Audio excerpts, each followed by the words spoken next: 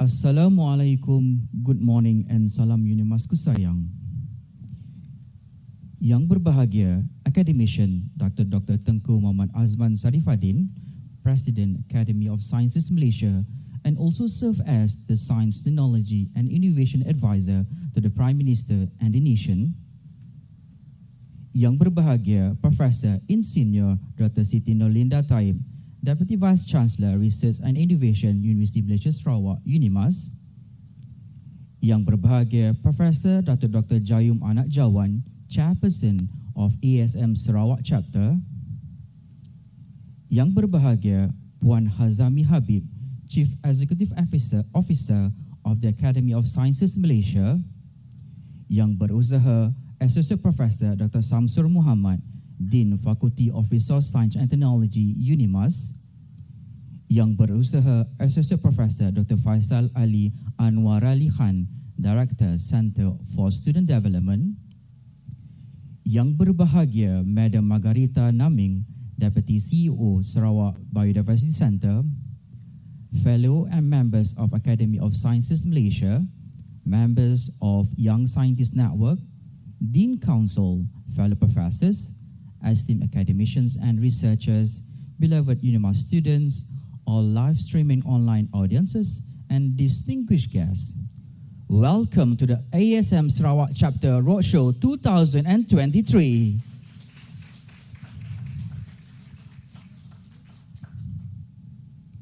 Distinguished guests, ladies and gentlemen, it's a great honor for University Malaysia Sarawak and Academy of Sciences Malaysia to co-organize the ASM Sarawak Chapter Roadshow this year of 2023. The ASM Sarawak Chapter Roadshow is organized as an awareness activity and to promote the programs of ASM that could benefit the scientific community in Kuching and its surrounding. As such, on behalf of our organizing team, I invite everyone to visit the exhibition and explore opportunities and programs that you could contribute to take part or benefits from. Distinguished guests, ladies and gentlemen, to begin our event for today, I warmly invite Yang berbahagia Professor Dr. Jayum Anak Jawan, Chairperson of ASM Sarawak Chapter, to deliver his welcome remarks. Please welcome Professor Dr. Jayum.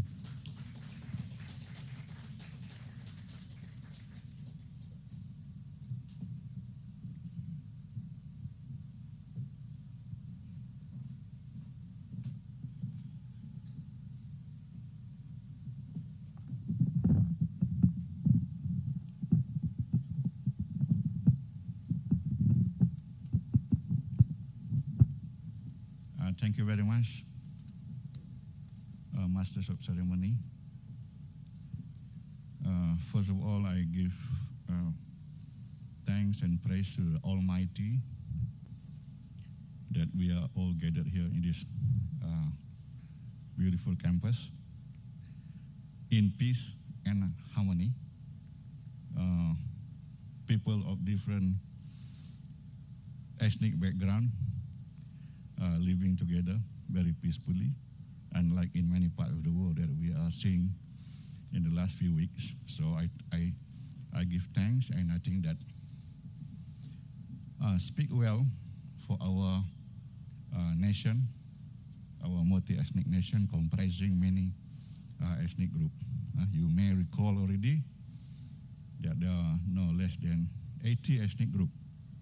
40 is coming from Sabah, Sarawak, and at least three major ones from the peninsula. Ladies and gentlemen, salam sejahtera, salam madani, segulai sejalai, dan salam Ibu Pertiwi. It is my pleasure to stand in front of you humbly to firstly, on behalf of the Academy, to thank Yang berbahagia Professor Dr. Muhammad Kadim Suwadi, the Vice Chancellor of University of Malaysia Sarawak, for hosting this program today. I am also delighted to welcome Yang Mulia Academician Datuk Dr. Tengku Muhammad Azman Sharifuddin, ASM President, to this Bumi Kenyalang, who is also STI Advisor to the Prime Minister and Nation, for taking time to be with us today and to inaugurate this program this morning. As Chair of Academy Science Malaysia Sarawak chapter, I hope this program will be the beginning of many more interesting and meaningful activities between ASM and the scientific communities in Sarawak. I look forward to the involvement and participation of more Sarawakian in science, technology, innovation, and economy-related advisory work in order to improve the well-being of the people in Malaysia and in particular in Sarawak. There are many programs and platforms organized by Academy Science Malaysia that you could benefit from. There are programs catered for students to young scientists as well as active research scientists. Yeah, please do take the opportunity to learn about the program that you could be involved in, as well as recognition program that you could apply for. I hope that the roadshow will increase the number of experts from Sarawak involved in Academy Science Malaysia. There are platforms such as Young Scientists Network, Top Research Scientists Malaysia, and Academy Science Malaysia Associate that all could explore. Last but not least, I would like to thank the moderators, panelists of the 38th IdeaXchange for making the forum on indigenous culture, practice, and view from Borneo towards the promotion of planetary health possible today. I look forward to an engaging session.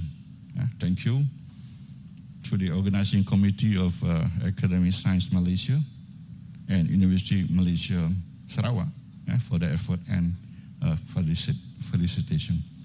Thank you very much. Thank you, Professor Dr. Jayum Anak Jawan, for your welcome remarks.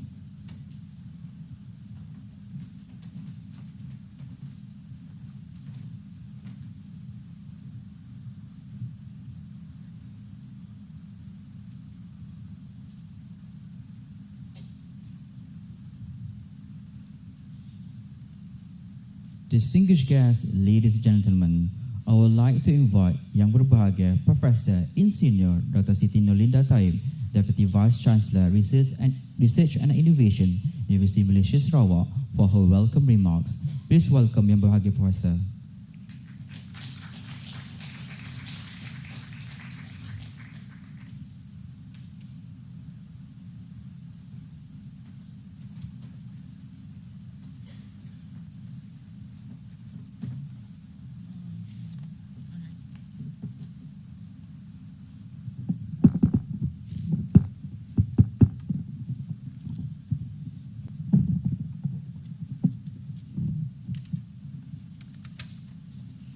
Yang Mulia Academician Datuk Dr. Tengku Muhammad Azman Sharifuddin, President of Academy Science Malaysia, Yang Bahagia Professor Datuk Dr. Jayum Anak Jawan, Chairperson ASM Malaysia Chapter, Sarawak Chapter, yang berusaha, Associate Professor Dr. Samsul Muhammad, Dean Faculty of Resource Science and Technology, representing UNIMAS as the local host, Yang Bahagia Puan Hazami Habib, Chief Executive Officer Academy Science Malaysia, yang berusaha Madam Margarita Naming, Deputy CEO Sarawak Biodiversity Centre, yang berusaha Associate Professor Dr. Faisal Ali Anwar Ali Han, Director Centre for Student Development UNIMAS, Fellows and members of Academic Science Malaysia, Young Scientists Network and Academy Science Malaysia Sarawak Chapter, UNIMAS Management, Deans and Directors, members from industry, respected guests and fellow audience. Assalamualaikum warahmatullahi wabarakatuh, and a very good morning to all. Distinguished guests, faculty members, students, and friends, we are delighted to welcome all of you to UNIMAS, University of Malaysia, Sarawak. First and foremost, on behalf of UNIMAS, we would like to thank the Academy Science Malaysia for choosing UNIMAS as their host for the 38th IdeaXchange, entitled Indigenous Cultures, Practices, and Views from Borneo towards the promotion of planetary health, which will be followed up with the ASM Sarawak Chapter Roadshow in the afternoon. Thank you for including UNIMAS as part of this important event and creating the avenue to meet up and interact with various stakeholders as well as exchange ideas on important topics. I'm so pleased to see all the enthusiastic audience, especially all in one place, as Dato' Jawun also multi-ethnicities and all mentioned, on multi-ethnicities are all together today. I hope this event will open a lot of opportunities between UNIMAS, ASM, as well as other agencies present here today in exchanging ideas, experiences, especially leveraging on our different culture background. I would like to briefly share on our UNIMAS research ecosystem. Borneo is the third largest island in the world, of course forms the heart of the Malay archipelago. Its rich, flourishing biodiversity means that it is a pivotal location for scientific explorations. Borneo was the center of the discovery published in the Sarawak Law paper by the renowned naturalist Alfred Russel Wallace. And the paper would go on to shape the scientific world's perception regarding the mechanisms of evolution. Borneo's cultural heritage is also amongst the richest in the world, and as part of this extraordinary island, Sarawak hosts an incredible plethora of tangible and intangible cultural inheritance. Our ancient rainforests shelter thousands of endemic species, while our limestone cave have been designated as a UNESCO World Heritage Site. The knowledge discovery initiatives at UNIMAS are premised partly upon the wealth of natural resources and diverse socio-cultural makeup of Sarawak. While UNIMAS is strong in biodiversity study, these and most other research activities at UNIMAS are firmly based on contemporary technologies. Therefore, we have identified 3 niche areas that present our strength and focus, which are the biodiversity and environmental conservation, sustainable community transformation, and information communication and creative technology. So to achieve these niche areas, UNIMAS is supported by a total of 10 faculties, 10 research centers, 7 research institutes, 1 center, and 1 business school. Our total number of staff is 2,266, and we have 836 of academics out of the total number of staff. So I'm sure this large number will continue to grow as we embark into new exploration and also discoveries. Our goal is to create impactful translational research that benefits the community at large through the engagement, strengthening, and also intensification of research and collaboration among our academics. I hope that all of us will be able to make use of this brief meeting to share your common interests and also exchange information on the past, present, and also future research projects, be it in UNIMAS or outside UNIMAS. I was informed that we have, a good number of those who are members of ASM from UNIMAS. And I'd like to, there are a few here, and they are here. But what it is from today's session, I'd like to encourage more, especially the young ones, the young academics, to join UISN, and hopefully also to be part of the TRSM, Top Research Scientists Malaysia. Let's go, all our UNIMAS academics, and join ASM, contribute as much as we can, as academics, as researchers, to be part of this very exciting, association that can help you to actually translate all those research works that you have to the community, to the world, in fact. So I also hope and look forward that more programs from Academy Science Malaysia can be carried out in UNIMAS and in collaboration with UNIMAS, so that many of our members of UNIMAS can continue to learn about Academy Science Malaysia and be part of this distinguished academy. Last but not least, I would like to thank our UNIMAS team, led by the Faculty of Resource Science and Technology, Associate Professor Dr. Faisal Ali Anwar Ali Han, also the member of ASM Sarawak chapter, and his team from FRST, as well as various other departments in UNIMAS, along with the team from Academy Science Malaysia, in making this program today a success. Yeah? To all of you, thank you for being here. Welcome and enjoy the discussion. Have a wonderful day. Wabillahi taufiq wal hidayah. Wassalamualaikum warahmatullahi wabarakatuh. Thank you very much. Thank you Yang Berbahagia Profesor Insinyur Dr. Siti Nurlinda Taib, Deputy Vice Chancellor, Research and Innovation, University Malaysia Sarawak, for your welcome remarks.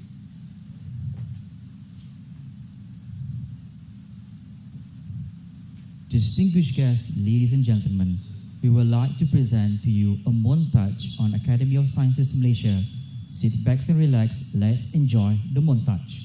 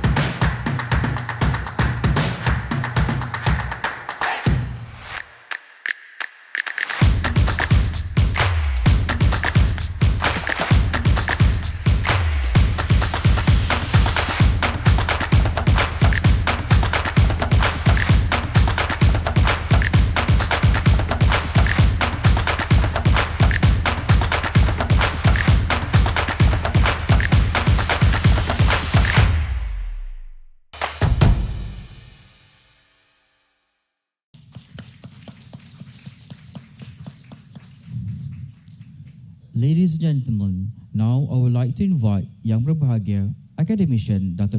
Tengku Muhammad Azman Sarifaddin, President Academy of Sciences Malaysia, to deliver his opening speech. Please welcome Yang Berbahagia Dato'.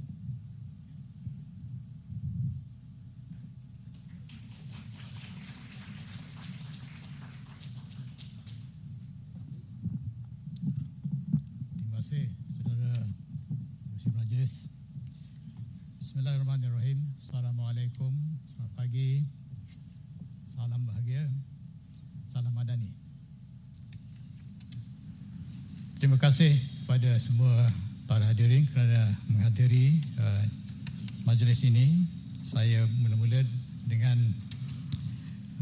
ucapan kepada Yang Berbahagia Profesor Dr. Siti Nurlinda Taib, Timbalan Chancellor bagi Research dan Innovation, Yang Berbahagia Profesor Datuk Jayum Anak Jawan, kita punya Chair of ASM Chapter, Sarawak Chapter, Yang Berbahagia Fern Habib, CEO ASM, moderator dan ahli panellists bagi discussion pagi ini, members of the ASM chapter, deans and faculty members of UNIMAS, students and friends, ladies and gentlemen. Let me say from the outset that we are very happy to be here, simply because Sarawak is a very important state to the nation. And of course, UNIMAS has a special meaning for me. It's like a homecoming, because I was here many years ago as a recipient of your honorary doctorate. So I'm one of you. That was the first convocation of UNIMAS, and my good friend Professor Zawawi was the Vice Chancellor at that time. And of course, I want to recognize also Professor Poline Bala, who at that time was a very young lady. She's still young, but at that time very young. Now very accomplished, of course. And we met, I want to say, because we were installing the first internet satellite connection in Borneo. At that time, very new. Internet was very new, and of course, having a satellite connection was very, very new. It was very symbolic for us because we wanted to show that even remote areas in Sarawak should not be neglected. So I'm giving the same message today. We are here to show again our support for all of you so that we can become better scientists together. Inshallah. I will have to speak a bit longer than I intended because I have to cover so many things. First of all, what is this roadshow all about? The roadshow started last couple of months ago in Sabah, where we covered similar things like here, but of course Sabah is different from Sarawak with different priorities. We covered a few things, and one of the things we thought was useful was to engage with teachers on how to teach STEM better to the rural schools especially. And I had an engagement personally with about 50 odd teachers. They were very appreciative of our contributions, and we would like to see that continue. But for Sarawak, it's slightly different again. Of course, there is similarity. After my talk, we will show you something that worked in Sabah. It's called the Tagal system. It is based on indigenous knowledge. And we hope to discover the same thing here in Sarawak for reasons I will mention later. But just to start off the discussion, my title of this talk, I give a title to it, is Holistic Knowledge in Addressing Planetary Health, the Role of Traditional and Indigenous Knowledge. Now, why is this important? It is important to recognize that different kinds of knowledge. In one talk recently, I used the word knowledges in the plural. And I hope people don't get upset because I destroyed the English language. I wanted to show that scientific knowledge as understood today is not the only kind of knowledge. And I have to say that as a scientist myself, the scientists have become a bit detached, isolated, and in a way rather arrogant in their approach to knowledge. But let's start with the objectives of the roadshow.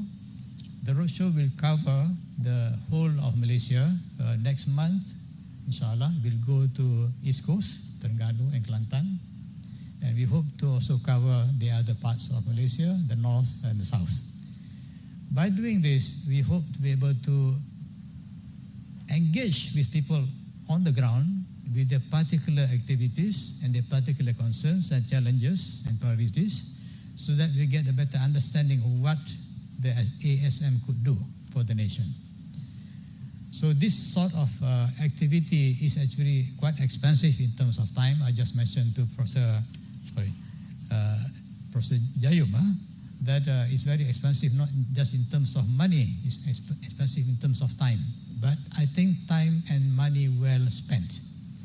Because by hearing things from the ground, we get to do what is called think globally, but act locally.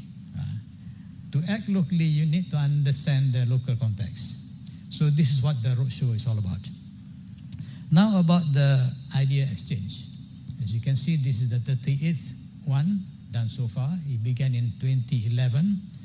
From the beginning, I was quite impressed with what was discussed in these idea exchanges, because many of the ideas that we covered were actually quite new and quite creative, and which led to further work that we did. So we discovered new ideas just by listening to what people are saying. So we hope to do the same today. By listening to you, perhaps we can get some better ideas of how to deal with planetary health in a better way. So what are we going to talk about today? Let me share with you my initial thoughts. The PM has been using a term called post-normal times. Post-normal times is actually quite an old idea. It's not new. But to some of us here may be quite new because we never heard about it. But the PM used it in a speech about a couple of months ago, which I quite was surprised, because he started the speech by saying that I'm not going to use my text, I'm going to speak off the cuff. And then he started saying post-normal times and connected it to the idea of the future of science. So I told my colleagues that you cannot afford to miss this, because you cannot appear less smart than the Prime Minister. At least before the Prime Minister, you have to appear equally smart. Okay, what is then post-normal times?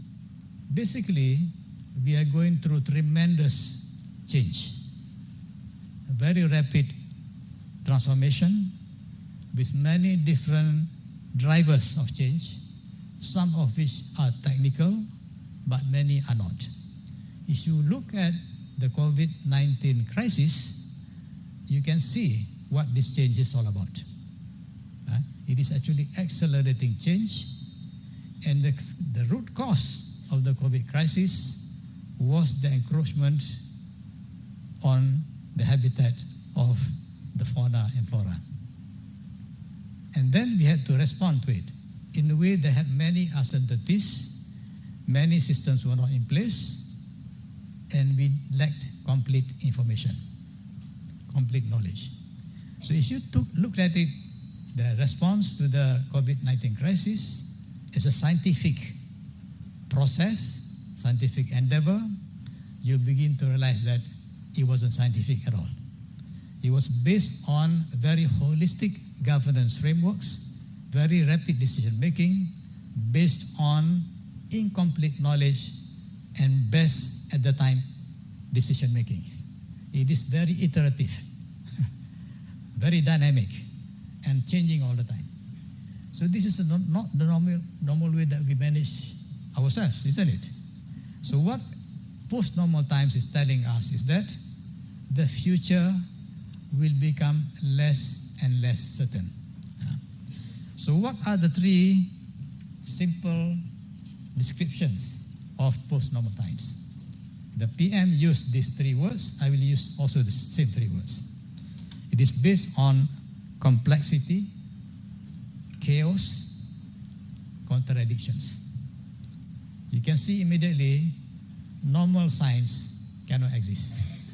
You cannot make decisions based on normal science because the system is too complex. The system is chaotic, and the system is full of contradictions. Okay. So if you follow normal science, you cannot address the challenge of COVID-19. And future epidemics, future changes in human society cannot be addressed because you are too complacent with your view of knowledge. Let me say what is that view that is normal science. Normal science is rationalist. It sees the world in a reduced mode. It's reductionist. It is based on materialism, empiricism, and determinism, all of which are very specific to very narrow part of nature. So nature is not a linear system. Nature is a very non-linear system with many kinds of feedback, positive feedback and negative feedback at the same time. Nature does not have a stable point. Nature has many equilibrium points, any of which can be displaced and take us to another kind of equilibrium. The risk to human life is that when nature is displaced from one equilibrium point to another, the new equilibrium point may not be favorable to human life. That is the concern of planetary health. So among the younger generation here, I hope you appreciate what we are saying. What you're studying in the classroom now may not be enough. We have to widen our thinking, our scope of reading and experience in such a way that we can handle complexity, chaos, and contradictions. It's not in your textbook, by the way. So, how do we actually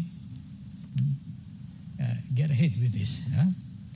So by following normal science, the way I described earlier, which is rationalist, we have actually created an unbalanced nature. That unbalanced system has produced climate change. And the whole world is grappling with the challenge of how to address climate change. With no clear solution. There's no solution, especially political solutions. So life has become less and less sustainable, and some of the island states that we know in the Pacific Ocean will not exist anymore, because when sea levels rise, they will be submerged. So as we say, little islands with big problems. So what does scientists have to do? Scientists will have to be less arrogant. We have to be more humble to say that we do not have all the answers. Answers must come from different kinds of discipline. And one kind of answer can come from traditional and indigenous knowledge. That's why this discussion to follow is very, very important.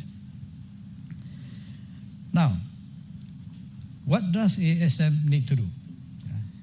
Obviously, we are in the business of science. But in our notion of science, we combine both natural sciences as well as human sciences. We have had people like Professor Jayum for several years now. We have many sociologists, economists, historians even, lawyers, legal people, etc., as our members. At the beginning, there was a bit of resistance. There still exists resistance, but many of us, certainly I, support the integration of knowledge. So I believe that comprehensive, holistic, integrated knowledge is essential if we want to address the major challenges of humanity. So what was before was we produce technocentric solutions only. In the future, technocentric solutions will not do. We have to be more human-centered and more so humanity-centered. I hope you understand the terms, because I won't have time to explain all these things. But if you want to know more, all of us should do more reading. So let's move on. So what is ASM here to do? We need to rebalance knowledge, and we need to create new knowledge systems with its own structures, with its own processes that are not limited by normal science.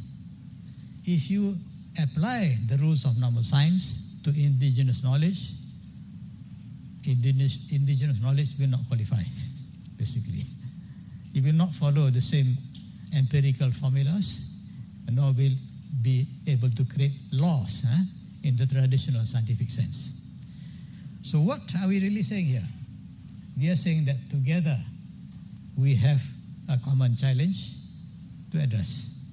Together we can rebuild this knowledge, and perhaps we will rebuild it one that suits the whole of humanity.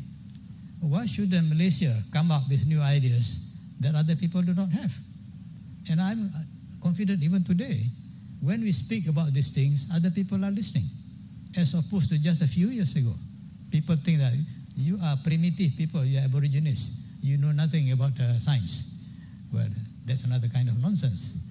So this is where I think we can bring sensibility, we can bring consciousness and awareness to people who have never experienced this before, to say that actually in your own cultures you had this, but you threw it away in favor of a mechanical universe. And that mechanical universe actually does not really exist. It was a figment of your own imagination. So you better get smarter and throw out that imagined mechanical system and replace it one that is more integrated between what is so-called mechanical and what is more human and of course biological in nature. So I wanted to say just that to make sure that we are on the same page as far as the agenda is concerned. ASM would like to help the country, all of us together, to develop this kind of integrated knowledge so that we can actually have a better future that is able to address the challenges of planetary health in a more conscious and, of course, effective way. By the way, ASM is developing the roadmap for planetary health for the country, arising from another paper we presented last year, 1 year ago, on planetary health, which was presented to the Science Council at that time and was very well received. It is, as I said, very holistic and very integrated. The roadmap, inshallah, will also show the same features. So I hope you'll all be able to support us in this endeavor. Thank you very much. Thank you, Yang Berbahagia Datuk, for your speech. Yang Berbahagia Datuk, kindly please remain on stage.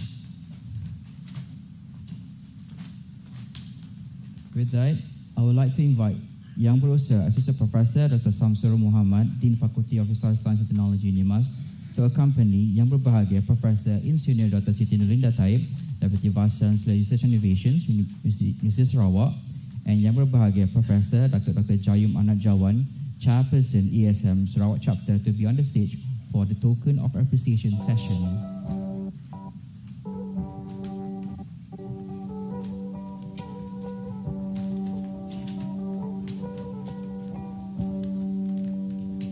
First, I would like to invite Yang Berbahagia Professor Insinyur Dr. Siti Nurlinda Taib to present a token of appreciation to Yang Berbahagia Professor Dr. Jayum Anak Jawan, Chairperson ASM Sarawak Chapter.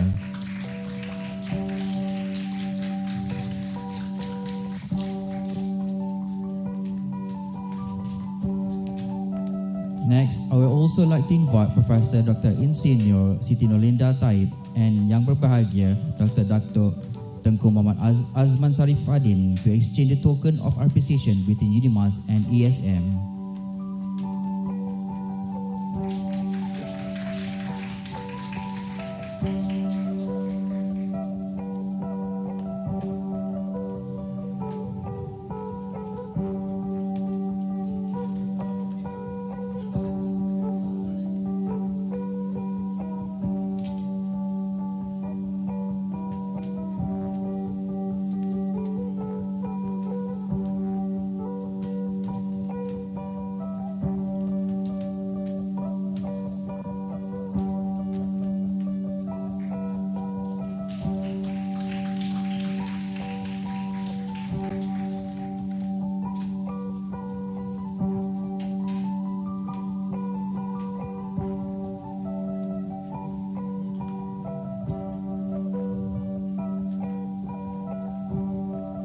On behalf of the organizing team, we would like to thank to our honorable guests for your presence. Thank you.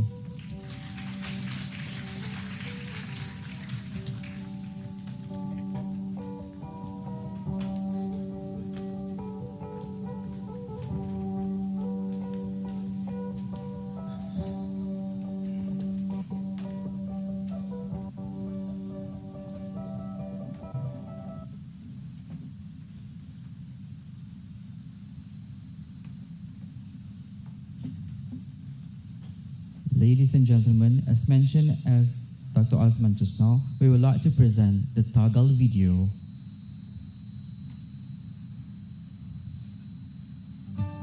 Did you know that indigenous communities have been practicing sustainable methods for generations to protect natural resources in Malaysia? In the interior areas of Sabah, freshwater fish plays a vital role as a protein source for rural communities. However, unchecked fishing activities would diminish the fish population, in turn threatening the livelihood of rural communities. Thus, since 1960s, the community of Sabah has practiced an indigenous knowledge to prevent the issue from worsening, known as the Tagal system. The word Tagal is translated as prohibit in the Kadazan Dusun language. The Tagal system has been adapted to protect, revive, and manage the freshwater fishery resources. In 2002, the Department of Fisheries Sabah, through a smart partnership with local communities, adopted the Tagal system to ensure sustainable fisheries being practiced systematically. A Tagal river is demarcated depending on the size of the deep pools or lubuk that can reach a maximum of 5 kilometers in length. Each Tagal river is divided into 3 zones. The green zone. It is classified as an open fishing zone. Here, fishing is allowed all year round for all Tagal members under strict Tagal regulations. The yellow zone. It is open for harvesting every 2 to 3 years during community celebrations and festivals. And lastly, the red zone. All fishing activities are strictly prohibited here to allow the growth of juvenile fish. To date, in Sabah, there are 628 Tagal in 227 rivers. Under the Native Customary Law and the Sabah Inland Fisheries and Aquaculture Enactment, offenders could be penalized if they breach the law. With the success of Tagal system implementation, it has allowed the Tagal community to establish the river as an ecotourism spot to attract thousands of local and international tourists. Through various river activities, such as fish spas and kayaking, the Tagal communities are able to generate generous income. This practice of the indigenous community empowers the people to sustain the river's ecosystem. This system demonstrates the importance of conserving the environment to ensure a sustainable future.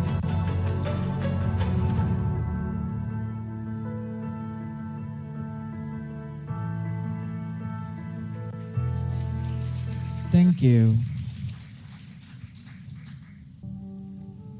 Distinguished guests, ladies and gentlemen, we are now coming to our highlight of the event for today, the 38th IdeaXchange, entitled Indigenous Cultures, Practices and Views from Borneo Towards the Promotions of Planetary Health. The 38th IdeaXchange sharing session will be moderated by Madam Margarita Naming, Deputy CEO, Sarawak Biodiversity Center. Before we go further, allow me to introduce our moderator, Madam Margarita. Margarita Naming is a Deputy Chief Executive Officer and also the Head of R&D at the Sarawak Biodiversity Center, SBC, a Sarawak government research organization.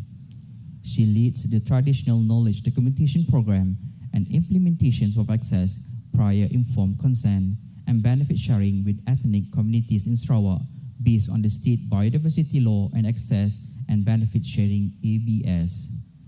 She also leads the team in enforcing the Sarawak Biodiversity Center Ordinance 1997 and Sarawak Biodiversity Regulations 2016. Madam Margarita has a degree in zoology from the National University of Malaysia, UKM, in 1997 and Masters in Environmental Sciences from University Malaysia Sarawak in 2015. She joined Sarawak Biodiversity Center SBC since year 2000. Without further ado, please welcome Madam Margarita Naming.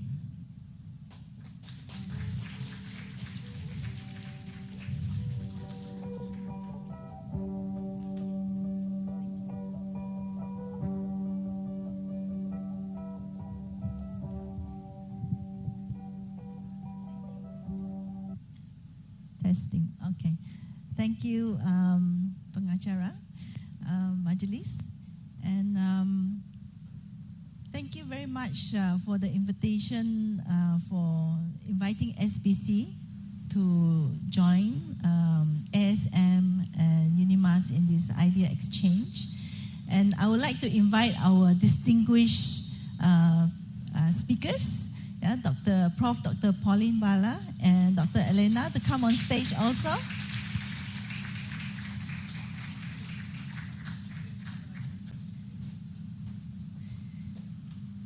You want to sit here?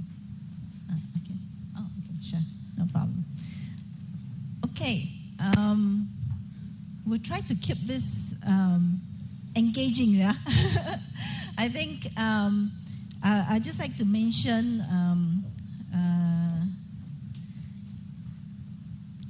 Tengku Dato' Dr. Muhammad Azman really hit the nail on the head when he mentioned about, traditional knowledge and also knowledges. Yeah?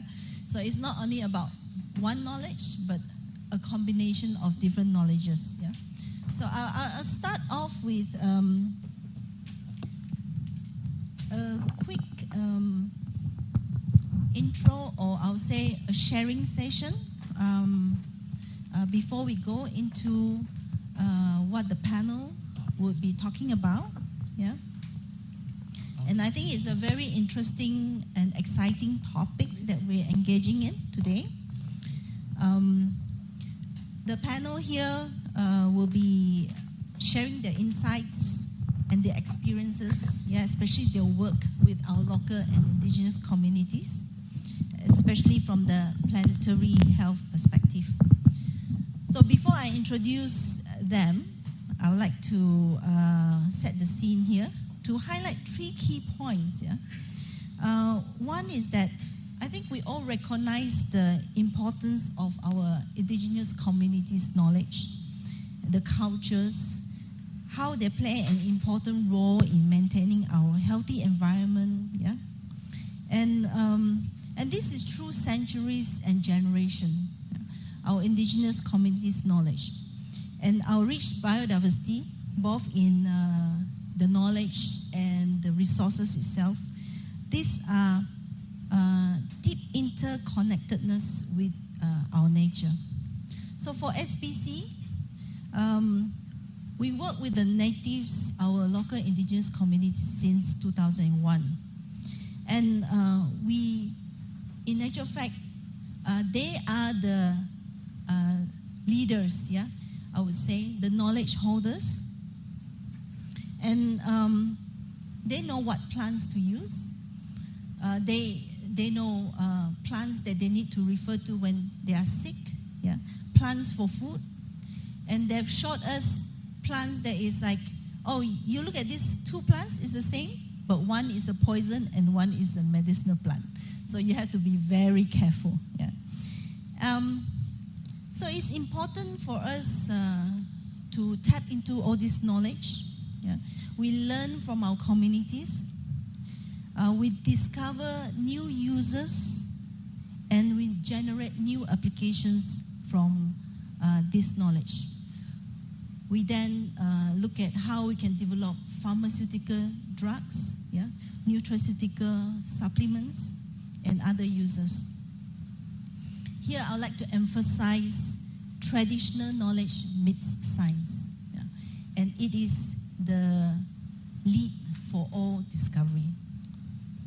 So at the same time, when we are doing a lot of work with the communities, engaging the community, we also want to make sure that our communities benefit from this engagement. Hence, we emphasize the access and benefit sharing. And this is a law that is already in place in Sarawak. We have ABS that is depicted in the Sarawak Biodiversity Center Ordinance 1997 and the regulations 2017. So conservation, sustainable utilization, while supporting the human health, improving the livelihood of our communities. So all this works well together, and it is crucial for us. I'd like to emphasize that. Okay, with that short introduction, I would like to hand the mic to Prof. Dr. Poline. But before she can start, okay, I'd just like to introduce her. So she's a professor of anthropology of the Faculty of Science and Humanities, and also the director of Institute of Borneo Studies at UNIMAS. She obtained her PhD from Cambridge in 2008. So she's also the current chair of Indigenous Digital Environment System Coalition, supported by the UNESCO chair in ICT 4D. She has been working as a principal researcher, senior research fellow, and one of the pioneers. I think Dato mentioned very young, very young. Okay, okay. Now young, but that time very young. In the Community University Partnership Program, for the past 20 years. So she works to design, plan, and implement using a community or people-centered approach, asset-based community development and participation. And I would like to just touch a little bit on what Dr. Poline wrote on her website. She emphasized that two important lessons. One is the value of formal education as a means to explore the world, and second, contributing back to the society. She has been with UNIMAS for the last 14 years, since 2008, and she has had the Department of Anthropology 2010 to 2016. So with that, Dr. Poline, the floor is yours. Thank you, Madam, for your kind introduction. And actually I'm working with SBC, assessing some of the works that she has described just now, looking at plants among indigenous people in Sarawak. So it's a pleasure to be here. Thank you for the invitation, Academy Science of Malaysia, for this privilege. It's an honor to come and share some perspectives, right, on indigenous knowledge and the planetary health question. Yang Mulia Tengku Azman, I still remember that first graduation ceremony when he was awarded the first UNIMAS doctoral, honorary doctorate. And in that speech, actually listening to you today transported me back to that moment, because in that speech, you talk about Thomas Kuhn and paradigm shift, how technology becoming so important in our daily lives. And today you are talking, moving us again forward to a new direction in terms of the existence of different knowledges or knowledge systems in our world. So today I'm going to look at, I put there the bigger picture, because here I'm not talking about who is indigenous, who is not indigenous, the difference between indigeneity and tribalism and nativism and all that. But here I want to bring us to look at few questions here. How come this is not?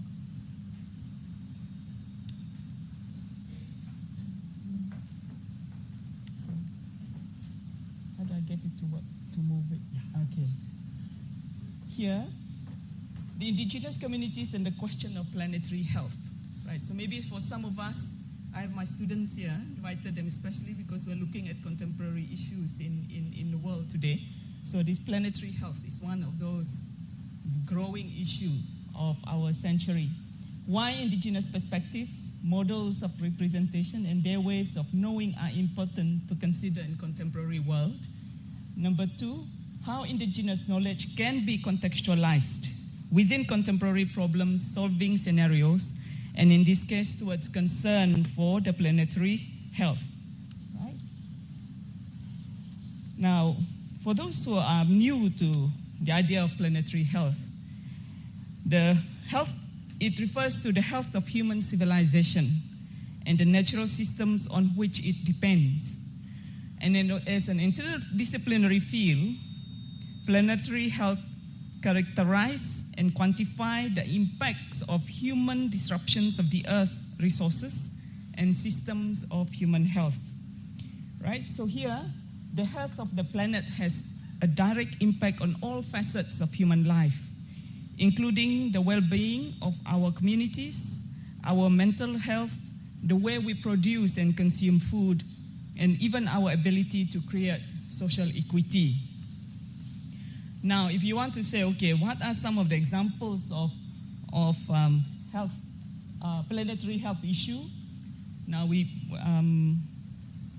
Tengku earlier talked about climate change, and here we look at water scarcity, changing food systems, urbanization, biodiversity shifts, natural disasters, climate change, changing land use and land cover, global pollution, changing biochemical flows, non-communicable diseases, infectious diseases, mental health. We just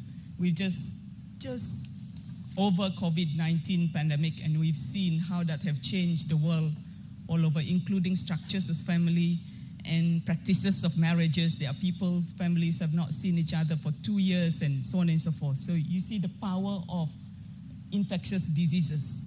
We think diseases is just diseases like that, but it can change institution, social institution. Now UNESCO, we know, I'm sure we all know who UNESCO is. Okay. All right. Now UNESCO refers to local indigenous knowledge as the understandings, skills and philosophies developed by societies with long histories of interaction with their natural surroundings. For rural and indigenous people, local knowledge informs their decision-making about fundamental aspects of day-to-day life. And this knowledge is integral to a cultural complex that also encompasses their language, systems of classification, resource use, practices, social interactions, ritual, and spirituality. Now, UNESCO highlight the importance of this, and then in fact, they highlight a recent shift in the relationship between science and other systems of knowledge, reflected today in the explicit recognition of indigenous knowledge in many global environmental governance forums nowadays, right? If you have idea about indigenous knowledge, you tend to be invited to share a lot about those things, right? So development organizations recognize IK as a resource that can help to solve local problems, help grow more and better food, maintain healthy lives, share wealth, prevent conflict, manage local affairs, and thus contribute to global solutions. In fact, UN Special Rapporteur on Indigenous Issues has pointed out that indigenous communities around the world are the most effective custodians. We've seen that today, that through that video, the Tagal system in Sabah. In Sarawak, we call it Tagang. In Kelabit, we call it Tagang. When you prohibit an animal from moving around, so meaning you are nagang, so prohibiting, yeah? So UN, in this case, you prohibit human being encroaching into natural system.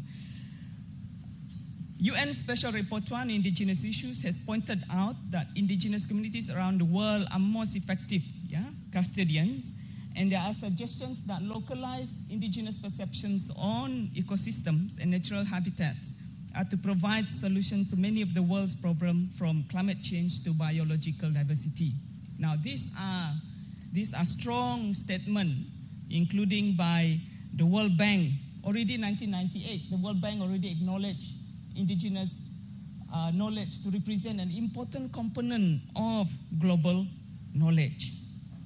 Yeah, so there have been deliberate attempt to shift the institutions, the World Bank's focus toward humanitarian efforts by drawing on indigenous knowledge. I think that is part of where, when you think about the root of SBC in Sarawak, you cannot go away from what World Bank in 1998 has drafted on that. So, yet, we have all these things, all those confirmation by different diverse international bodies, but still there is a widespread assumption that science is superior to other knowledge systems. So I hope in UNIMAS, there must be a deliberate shift You know, for us in social sciences, you are always feel small because all these things, the money, everything, attention is given to the hardcore sciences. All right, so I hope, so there's this widespread assumption that science is superior to other knowledge systems. And this, I think, stems mainly from the incommensurable between, you know, as anthropologists, is some of the things that we debate, looking at is it these two knowledge systems, can they not connect?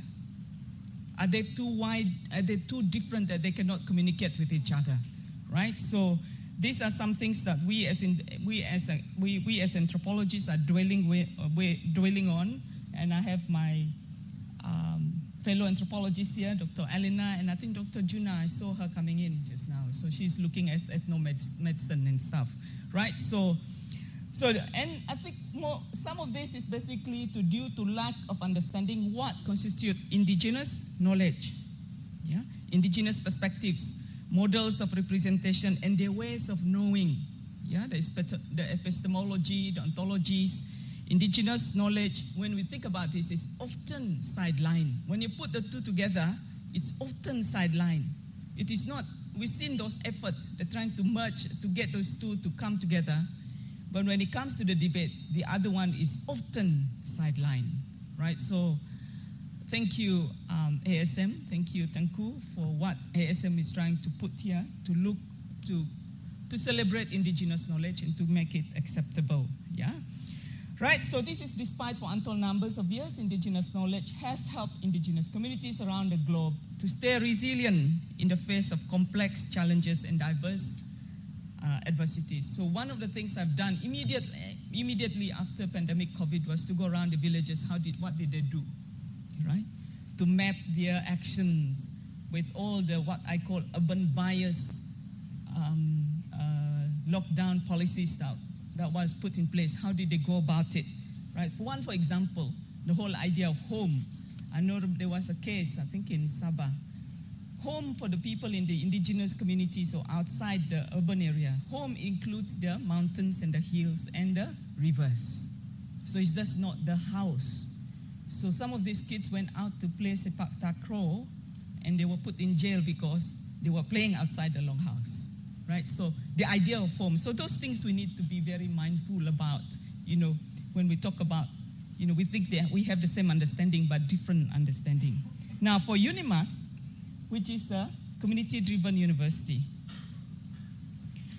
and it's 25 years of community-university partnership, and for us in ICT, Prof. Nara and some of my teams, our team are here. We look at 5 different rural indigenous communities in Malaysia. This is the offshoots of Ibarrio Tengku. So you are part of the story as well. For remote, we also we were also asked by EPU to implement the same model with 4 Orang Asli communities in Peninsular Malaysia, 2 in Pahang and 2 in Kelantan, to look at whether the model that we use in Sabah and Sarawak can work and would work with the Orang Asli. So I'm glad to say that actually when the Director of Economic Planning Unit came to assess our workshop, they turned to us and said, why are the Orang Asli, why are they, all this while we thought the Orang Asli, they don't have much to say, but they're so noisy here in UNIMAS. He said, because we give them the platform. So these are basically some of the communities that we have worked with, right, through our project. And this is basically to say that we here take indigenous knowledge seriously, right? That we are aware that localized indigenous perceptions of ecosystems and natural habitats are able to provide solutions to many of the world problem, from climate change to biological diversity. I will come to that later on. So with that, we have attained some meaningful collaboration, integration between science and indigenous knowledge. So it's, for me as an anthropologist, it's a great pleasure, to work with people like Prof. Nara, the AI, and some Prof. Tamiji working on GIS, and to see how can this system be used to integrate 2 different knowledge systems, right? So that is what we've been working. So maybe some of you think that we are just introducing internet to the rural area, but actually we're looking at how can this different platform can be used to integrate two different systems and make it work for the local communities. Now, these are basically, if you look at indigenous people and their culture, because it's now they say indigenous cultures and practices, but here I'm just talking about the system, but this is basically when you look at how indigenous people look at their culture, it is basically the essence of who they are, who they belong to, and where they come from, and how they relate to one another. So culture is the accumulated teachings of ancestors, right? So many of us, when we think about culture here in Malaysia, it's about what baju we wear, what headgear we wear, what makanan we makan, and all those things. But here, when you think about the indigenous people, it is about their identity. It is about where they come from, how they relate, and all that's become the basis of their traditions, custom, protocols, their values. Right? One of the things that we try to promote, and we are promoting here and through UNIMAS, is the idea of community protocol. That any researchers that are going into any communities must observe community protocol, and that is a framework that UNIMAS that we have tried to put in place. Right? So respect community history.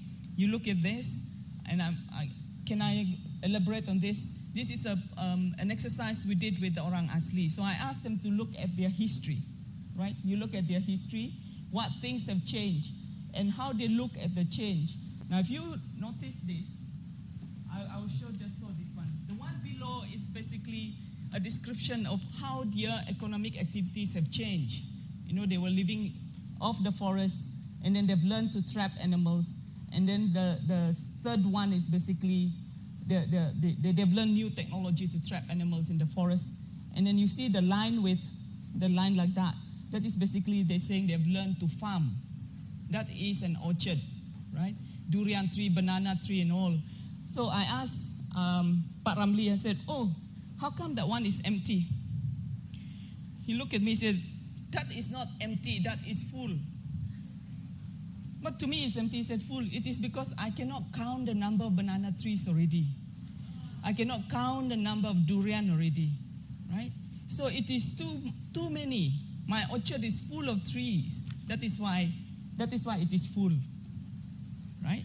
But from my scientific perspective, it is empty, right? So those are the things that we need we have to relearn how they look at the world. Is perhaps completely contradicting to, like what Tengku mentioned just now, can be, contradicting to the rational mind, right? The rational mind. Now, these are some of common characteristics of indigenous knowledge. This is something that Prof. Nara and I in our team, we try to map this, what makes it different so that we can understand it and then see how it can be integrated with the scientific knowledge that we deal with in the university. And we realize that it is very place-based knowledge, right? Just now, it's place-based. Skills and experiences are multi-layered, multi-dimensional, based on holistic worldview. Now, for us in science, what we do is we tend to break things. Even our body, this is your leg, this is your, you break things. The concept of structure is so big in our mind, right? Especially for me working with the engineers. As an anthropologist, I look at flow of things. There may be dinding there, but I look at the flow, what flow through the dinding. But for the engineers, they look at things. Structure is structure, right? So it's very structural. So that is basically come from the rational mind, because you need to structure things. And I see that in Prof. Nara as well. I write an essay, he goes, and then he comes draw a diagram on my essay. He said, this one, and I look at it and say, oh, this is how he thinks about it. You must have a structure. So, but for the indigenous person, everything is holistic. Yeah, you see flow of things. Yeah, so connections between all living things, the seen and the unseen world is very real. Different realm, understanding for fair distribution of resource, integrated lifestyles. Yeah, knowledge embedded in life. Yeah, for us, knowledge is when we go to university, my students, I tell them when we're young, we say we go to university untuk menimba ilmu. Right? So what ilmu itu yang ditimba di university, right? Okay, model and exchange implicity, context embedded and artifacts is very important. Yeah, so sorry, that is a repetition there. Now, here in Borneo, I'm currently heading the Institute of Borneo Studies, Indigenous Knowledge and Climate Change. This is one of our, we are bridging into this very important topic at this time. So we are actually taking part in the first forest carbon project here in Sarawak. Now, if you look at Borneo, there are around 30% of Borneo's population are said to be non-Muslim indigenous. So this is just the non-Muslim. There are also Muslim who are indigenous, right? And so that whole thing. So around 5.8 million people, indigenous population in Borneo, over 50 ethnic groups speaking around 170 languages and dialects, right? So these are some of the work we are working with, some of the kampong that we're working with, looking at climate change, their experience with climate change.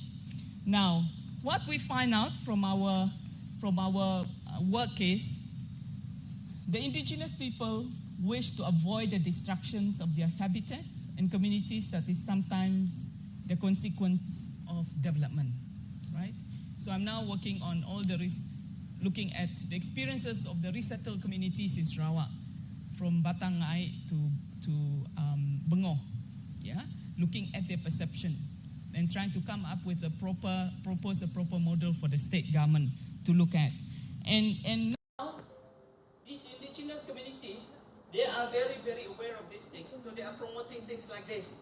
Solar farm, community environment friendly. For Barrio, they said, we don't want them, but we want a solar farm, right? So these are some of they are aware of this, what is going on in terms of their perception into planetary health, right?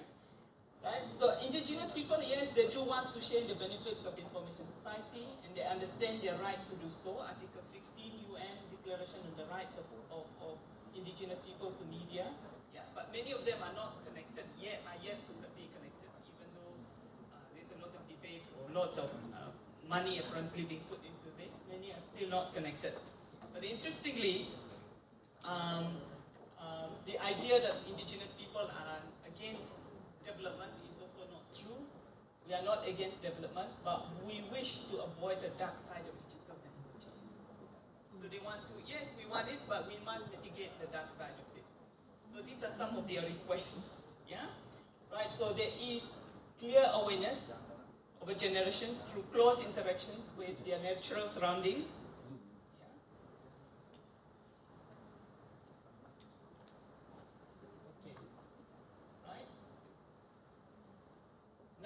This is what this is basically, Prof. Nara and I, we've been trying to look at these two different knowledge systems. The scientific knowledge, and this is how the indigenous people see how holistic, how integrated things are. So we asked the Panan, how do you look at your world? So the interconnection between the forest and themselves and their house and everything around them, right? It's quite interesting. Now this is what, I think this is the World Economic Forum diagram. This is how they look at the world. Trying to organize the world through SDGs, through ASGs, Millennium Development Goals. So this is two different knowledge systems, how they look at the world. One is very orderly, very structured. And here, you look at how the indigenous people looking at flows of things, relationships between things. Right? So, yeah, so the Panan, this is the Panan elder. I'm coming to an end soon. This is Garan, our professor in Long Lamai. So this is a Panan elder. If you don't know your origin, the forest, you are not a Panan. Right?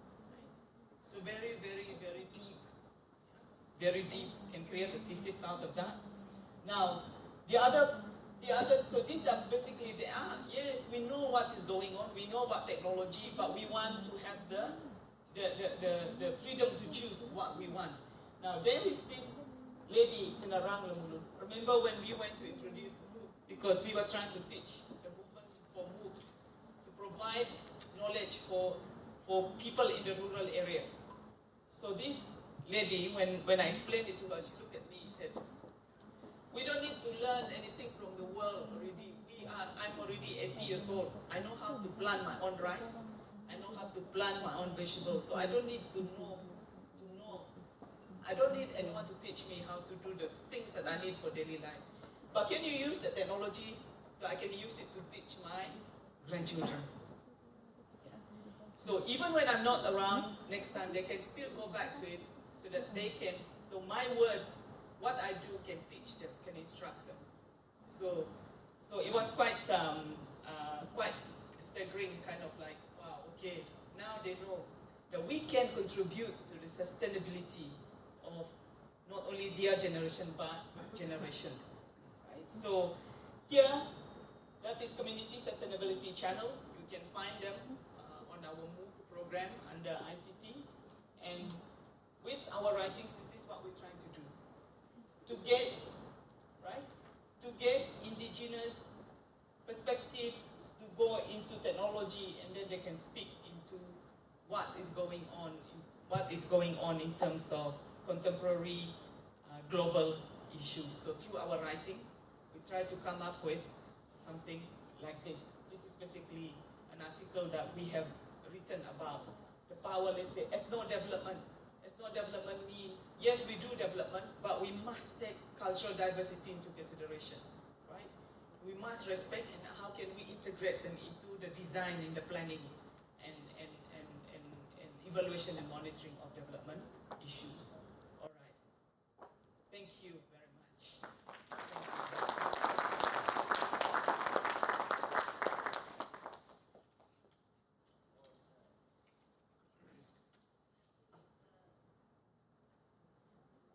Yes. Okay. Thank you, Prof. Dr. Poline. Next, I would like to invite Dr. Elena Gregoria Chai. She is the senior lecturer at the Department of Anthropology and Sociology with the Faculty of Science, Social Science and Humanities in UNIMAS. Currently, she's serving as the head of Arts, Culture and Heritage section at the Ministry of Tourism, Creative Industry and Performing Arts in Sarawak. So she earned her doctorate from Tokyo University in Area Studies. And I think you were focusing on marriage futures and identity of Chinese Hakka communities. Very interesting. Yeah. And Dr. Elena's international research covers a wide range. Yeah. She was funded by the Qiangqing. Okay. All right. Taiwan and Borneo funded One Belt, One Road program in Beijing.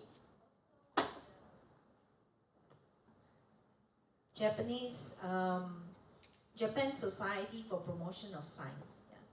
So her current research focuses on empowering local communities as Sarawak Tuapekong Heritage and Fourth Trail. What is interesting,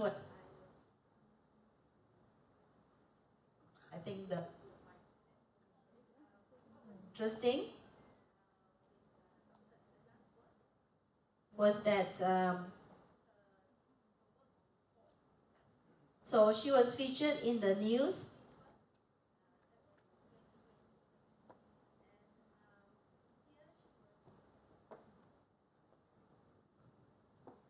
I off you off as well. Okay, I think sorry about that. Okay, so I just like to highlight this because it's so interesting. Dr. Poline was talking about engineer, look at the structures, and then she was out there documenting forts, but it's not about the fort that she's documenting, but it's the stories and memories behind, each fort. So it's very interesting what she's doing. So without further delay, I would like to invite Dr. Elena to share her stories, and her experiences where traditional knowledge is concerned. Thank you very much. I'm very delighted to be here today and to be invited by Academy Science Malaysia. So I don't want to take too much of the introduction. I'm holding two identity here as a colleague and also someone from the Ministry of Tourism. So I'll just probably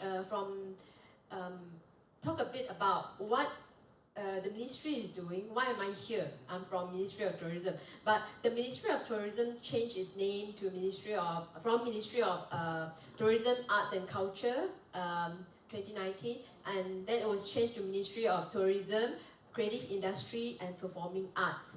So that was the time when the section Arts, Culture and Heritage was formed. And so my first task given was to identify the ethnic groups in Sarawak. So I was seconded in February, and in April I was told that I have to identify all the ethnic groups in Sarawak so that all the ministers will say just one figure in their official speech. So in the end, we wrote to all the ministries, and then there are 34 ethnic groups in Sarawak, 31 being indigenous.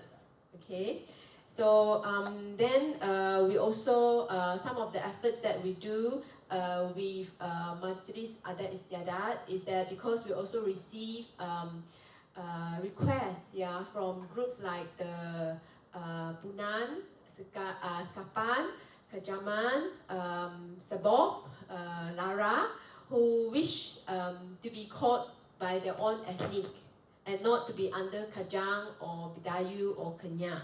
So this is some of the efforts that we're doing with Majlis Adat Istiadat. And the other thing is also that under my section, we're also trying to do preservation by documentation. So what we're trying to do is we're trying to get as many of the daftar kata of the minority ethnic groups, such as the Tring, Vai, Jati Mirek. So this one we're doing with Dewan Bahasa and Pustaka. And we're also collecting stories like Cerita Hantu Sarawak.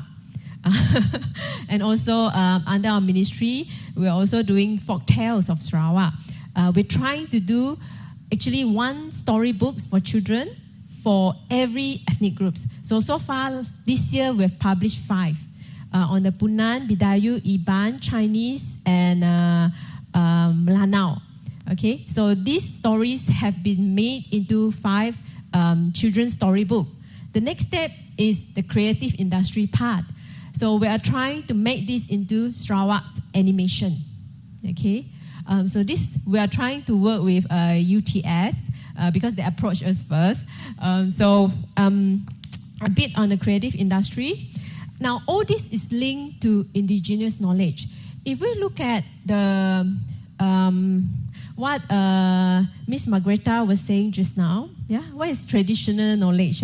If we look at it, it's something about the practices, the know-how, the skills, all this that's been transmitted from generation to generation. So in other words, if we look at it, it's heritage. So these are parts of the indigenous people's heritage that we're looking at.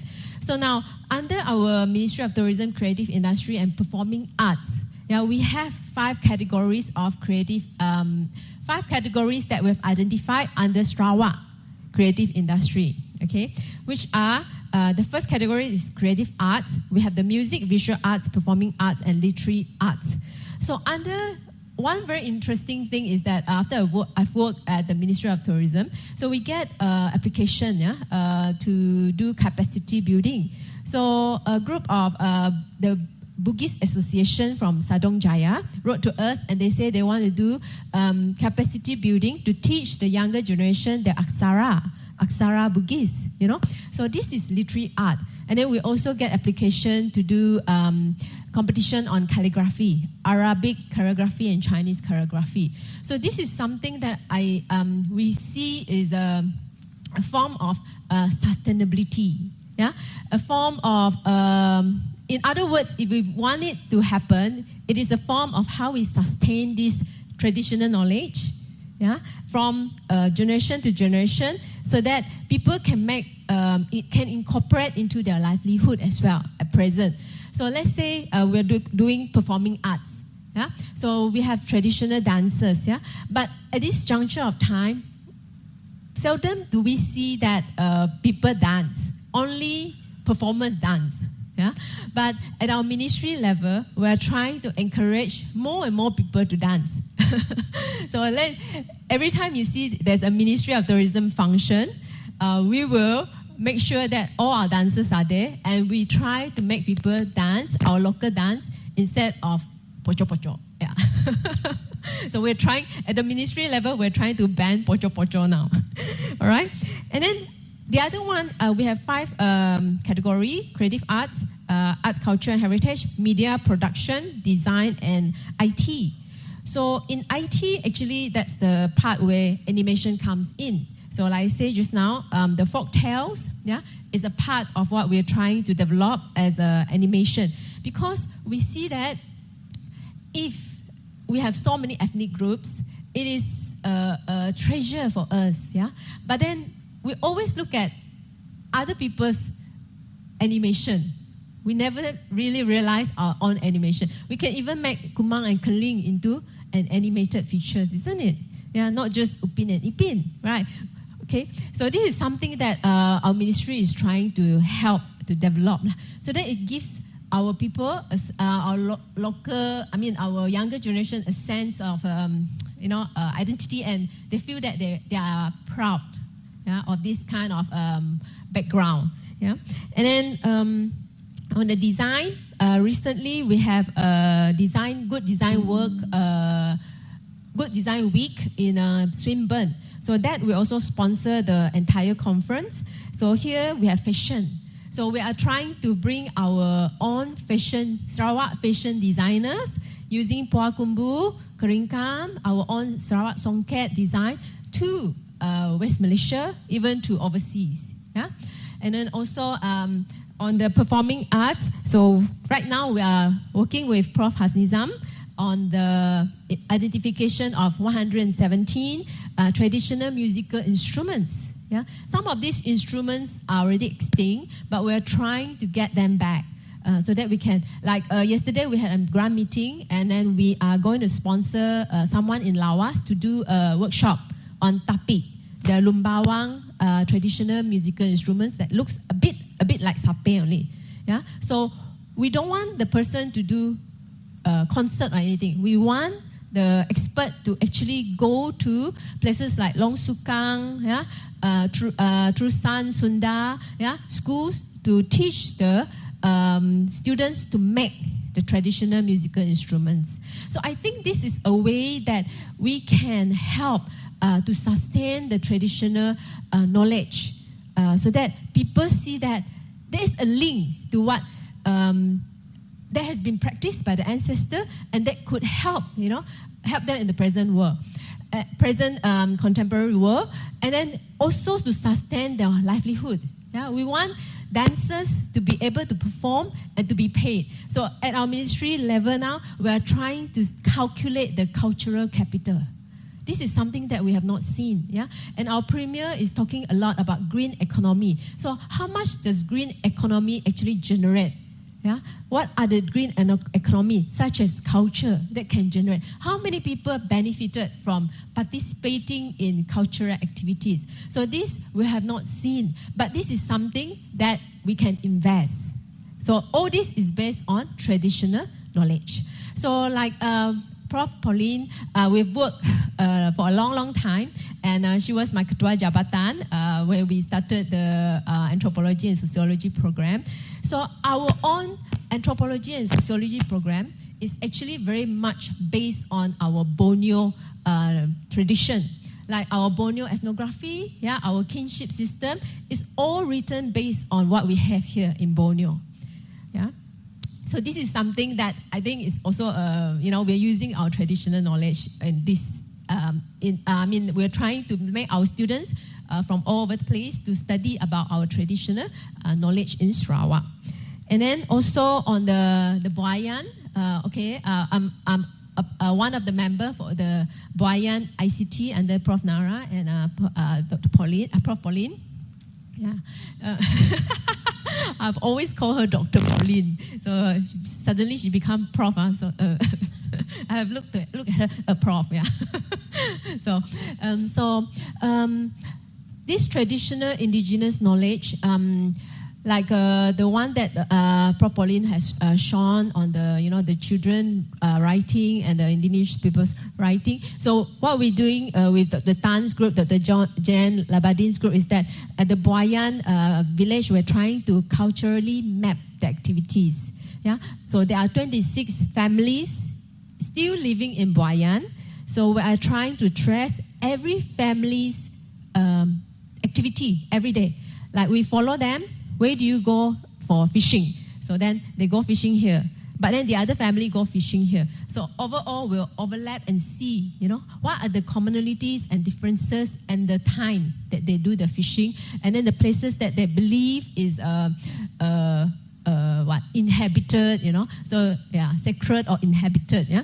So because a lot of now in Boyan, there's only 26 families left. A lot of them have left.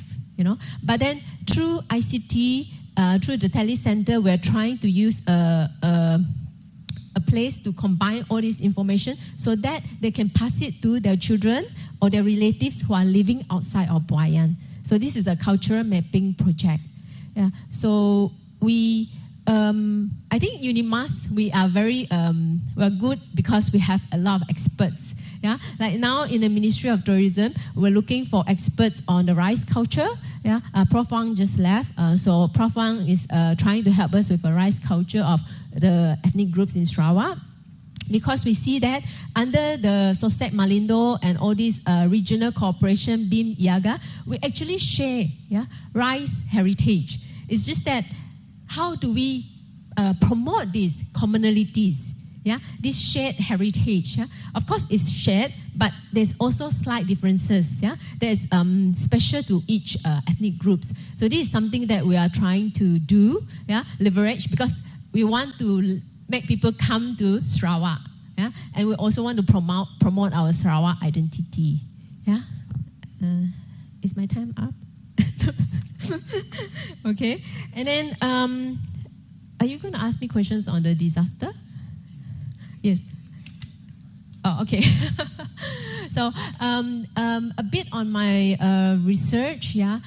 So I've done some research on the FRGS on disaster management, and so what we found out is that we actually think that some of this blueprint on disaster management that's from the federal side is probably, actually I can say it's not very suitable to be used in Sarawak, because for, if we look at the blueprint for disaster management, most of it from the federal side is flood. But in Sarawak, flood is so common that it's not a disaster. Yeah? It's more of fire. So our research was based in Rajang. Then we found that actually for flood, that our communities have lived along, because they are riverine communities. So they have lived with flooding situation, for generations. So they have built that kind of resilience. So their houses, the plantation, the way they plant or farm is actually very adaptive, to rain. Okay. And so from here we see that the stilt houses, the long houses. Yeah. So another interesting thing is that I was involved in a Taitung, Taiwan University's research, Monsoon Asia research. Yeah. So we were supposed to look at the changes on the traditional housing in Borneo. To my surprise, when Untan, University Tanjung Pura, was asked to write something on their traditional houses, they say, well, we assume that there's still a lot of traditional houses in Kalimantan, but then they say that there's very, very few left. Yeah. So in the end, we can see that probably through our, our history of the Brook Colony and all that, we were allowed, to what do you call that, to maintain this kind of housing. Yeah. So until today, if we were to go to see a lot of these traditional houses, it is still there. The structure is still there. Probably the materials have changed a bit, and also with the fire ordinance and all that, probably it will change further. But then the structure yeah, the roi, the tanju, all that is still there. So this is traditional knowledge that's been, passed on, and we're still living in this kind of traditional houses, yeah, and also on the kampong houses, yeah. So I think these are something that I think the Daruhana study is also doing that. So I think we are trying to document as much as possible at this juncture of time from our ministry side, lah, yeah. And then another thing is on two other things: food and society. So we just had a we'll be having a press conference on the food and society conference on the 15th to 17th of November. So this is organized by UKM UNESCO Chair, and it is sponsored by Business Events Sarawak, which is one of our agency under the ministry. So what we're trying to do is that after the COVID 4 years, they did not have it. They did not have the food and society conference. So this year they will have it in Sarawak. So in that, during the conference, we are trying to feature a lot of our traditional gastronomy, culinary, yeah. And related to that, we are trying to get in the United UNESCO Creative City Network, because Kuching is considered as the city of gastronomy. Yeah? The only city in Malaysia that is considered as the gastronomy city. So then, and with that also, our ministry is going to build a gastronomy center at MBKS, which is worth 65 million. And this center will be used, this is the only gastronomy center in Malaysia, and it is going to be used where all our ethnic groups are allowed to have capacity building, are allowed to train or allowed to showcase their ethnic food. Okay, it's not just a gallery or a museum or anything like that. It is a place where you teach. Yeah, you can taste, you can eat, you can enjoy traditional food. So that is one thing that I have to say. And the other one is ICOMOS. Yeah, in 2026, we will have Sarawak will be the first in Malaysia to host the ICOMOS Triennial General Assembly and Conference. Yeah, so at that time, we'll have a special feature probably on the forts of Sarawak, whereby we want to see that, we want people to know that, yeah, our Sarawak government is very protective of our monuments, our tapak, our bangunan. But then we don't just preserve, conserve, yeah. But there is something that we do with it. We create contents. The contents are from the local custodians, from the local people, just like the forts, yeah. So the forts, the people, the social memories will be incorporated into the interpretative plan. Yeah, that's what we are doing now. And so during the ICOMOS, I hope ASM will come and join in this event. Okay, I think that's all from me. Thank you very much. I still need to answer question. All right, thank you, Dr. Elena. That was very insightful. Considering that we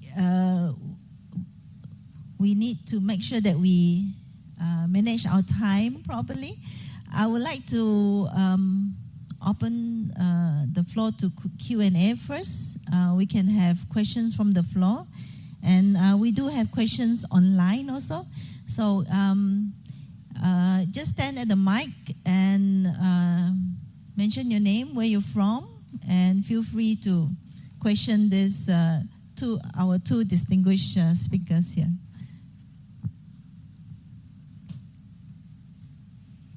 Any question from the floor? Don't worry, don't be shy. It's a sharing of information, yeah?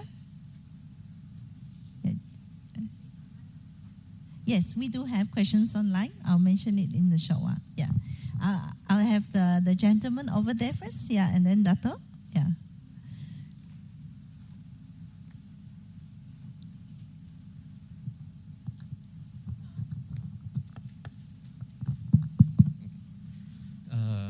Good afternoon.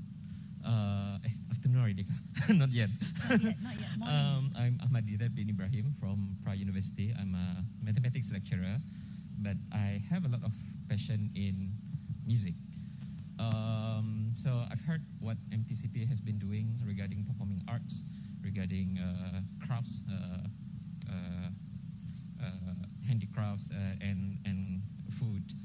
And I'm in choral society, and there is, if I'm not mistaken, in 2025, we're going to have MTCP is going to work with Interculture for choral competition, international competition. Yeah.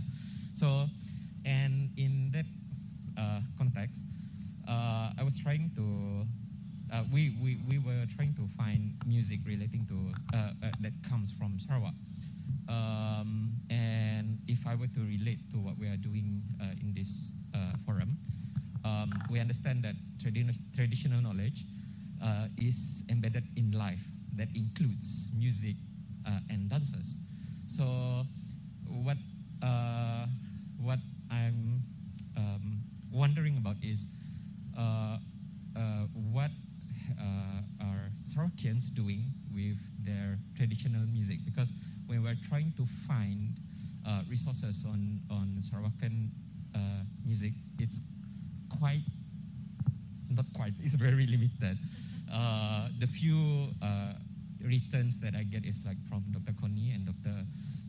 Chong Pat Lin, and even internationally we have only like Genevieve Wong and Tracy Wong writing musics, or local musics, but still it's very limited. Is there an effort to collect this music of Sarawak, especially in the form of songs? Because we understand songs is where they pass their knowledge. It's a form of oral transmission of their ideas. So thank you. Thank you very much. I think I didn't get your name, but I think you started with the intercultural choir world choir competition. Yeah, so we'll be hosting that in 2025.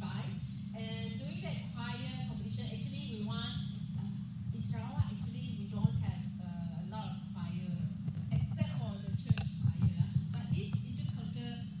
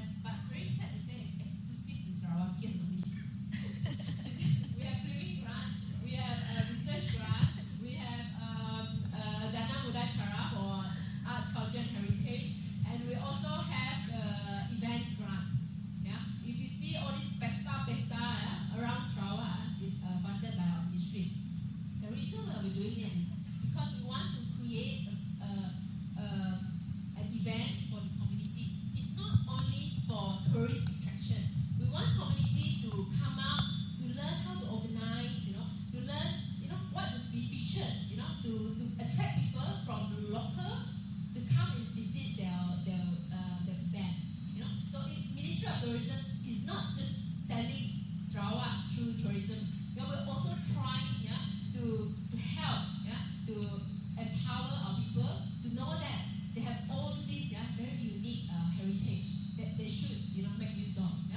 Right? Thank you. Okay, thank you, Dr. Elena. Let's take the online question. Okay, the question is, do you see any evidence yet of a shift in traditional agriculture practice because of climate change? I'll invite Dr. Poline to deliberate on that.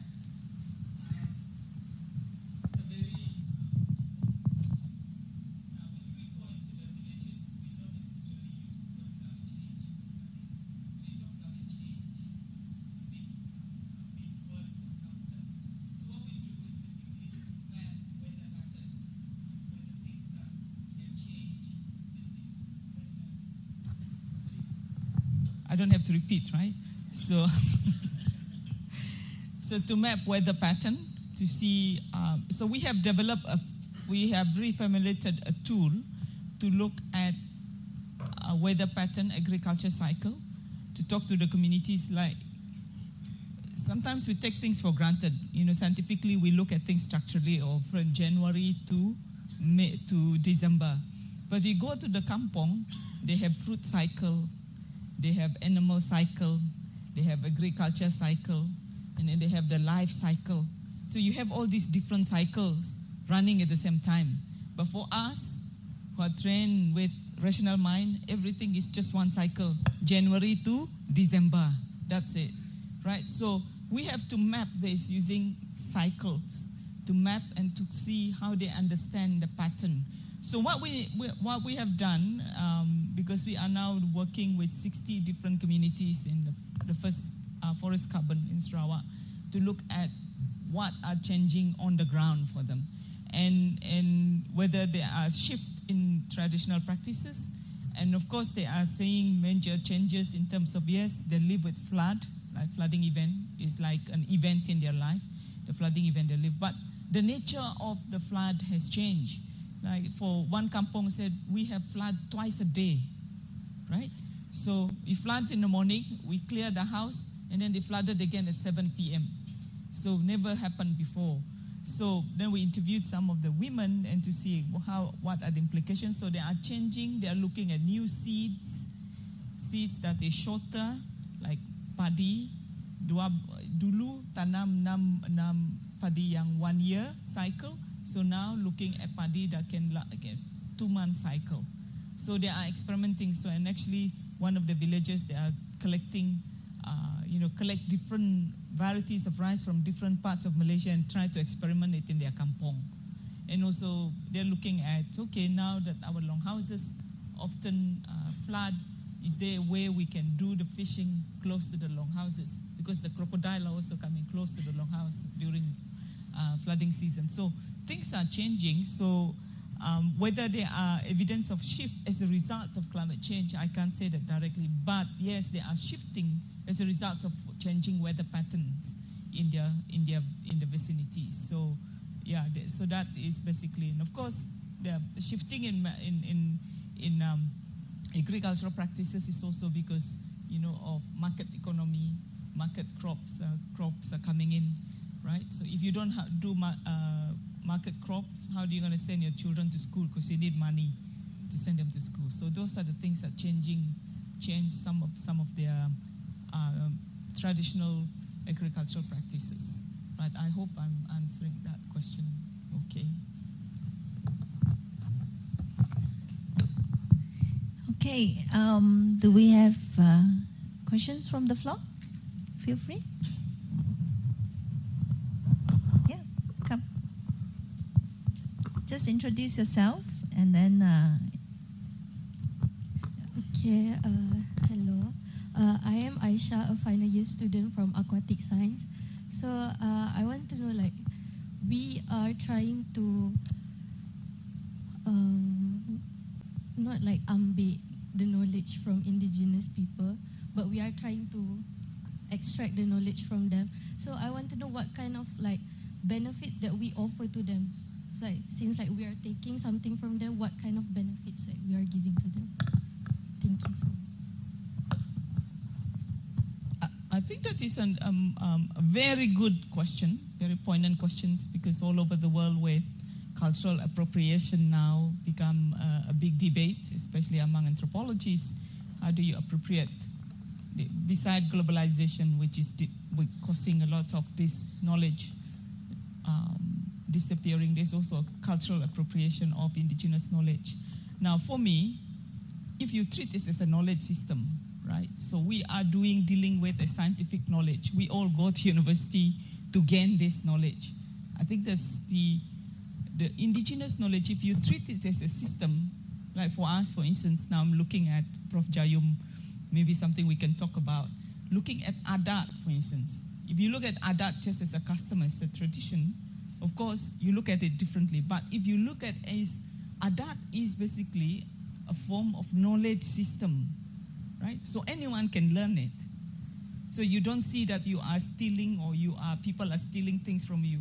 So it's just like you go to university, right? And I mean, scientific knowledge, we know that is, as a result of university, universal, it comes from Europe. So we all go to Europe to learn this scientific knowledge. It's not like stealing, we are sharing, right?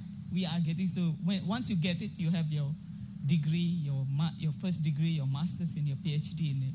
So I think if we look at indigenous knowledge as a knowledge system, then that will remove this idea, oh, you are stealing things from us.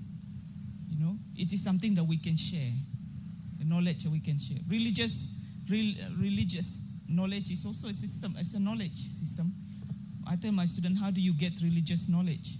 That's why you bertapa, that's why you meditate, you get wayu. That is basically knowledge. That is how religious knowledge is obtained, is through the revelation.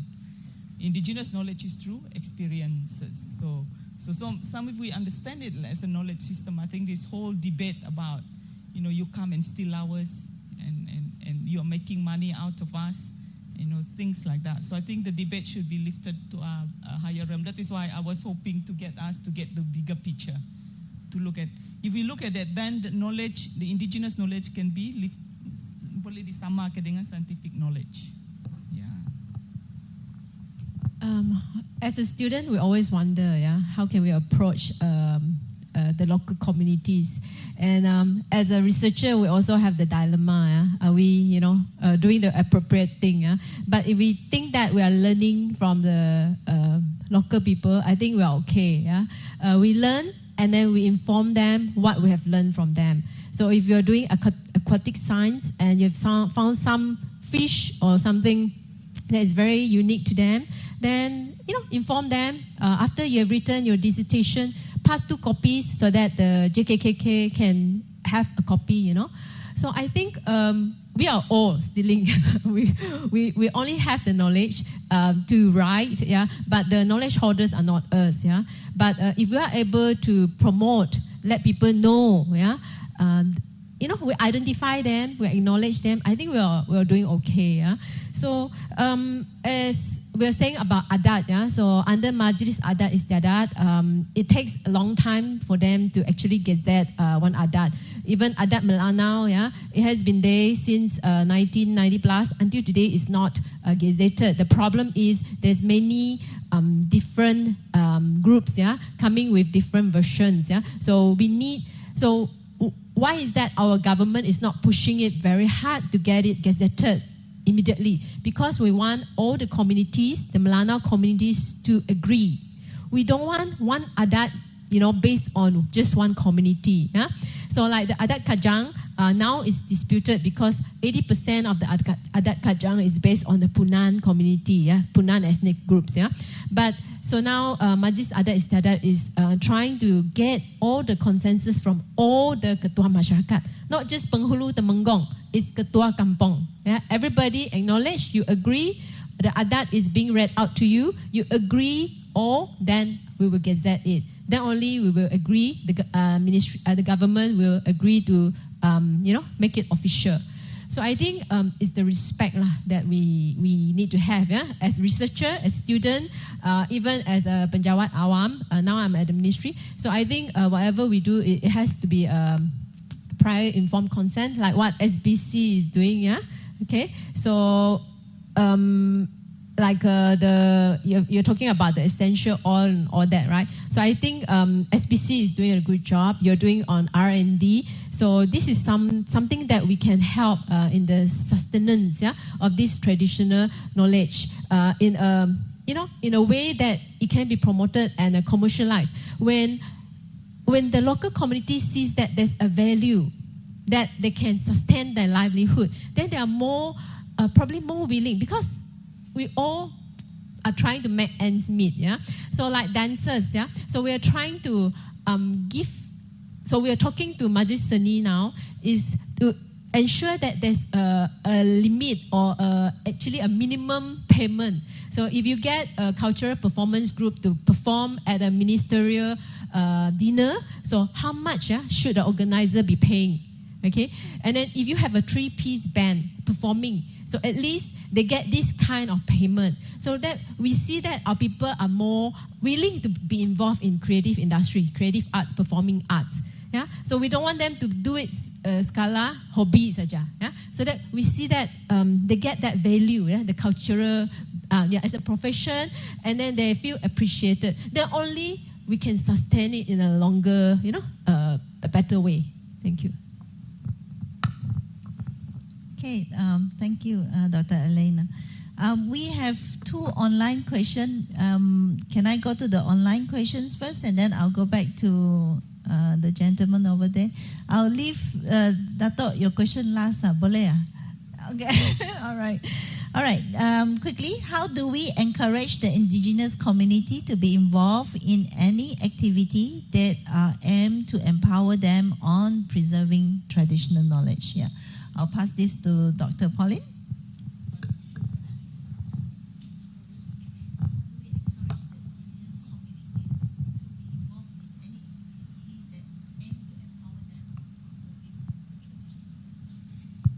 I think it begins with awareness on the significance of this knowledge, how important they are, how they can be used in contemporary situation.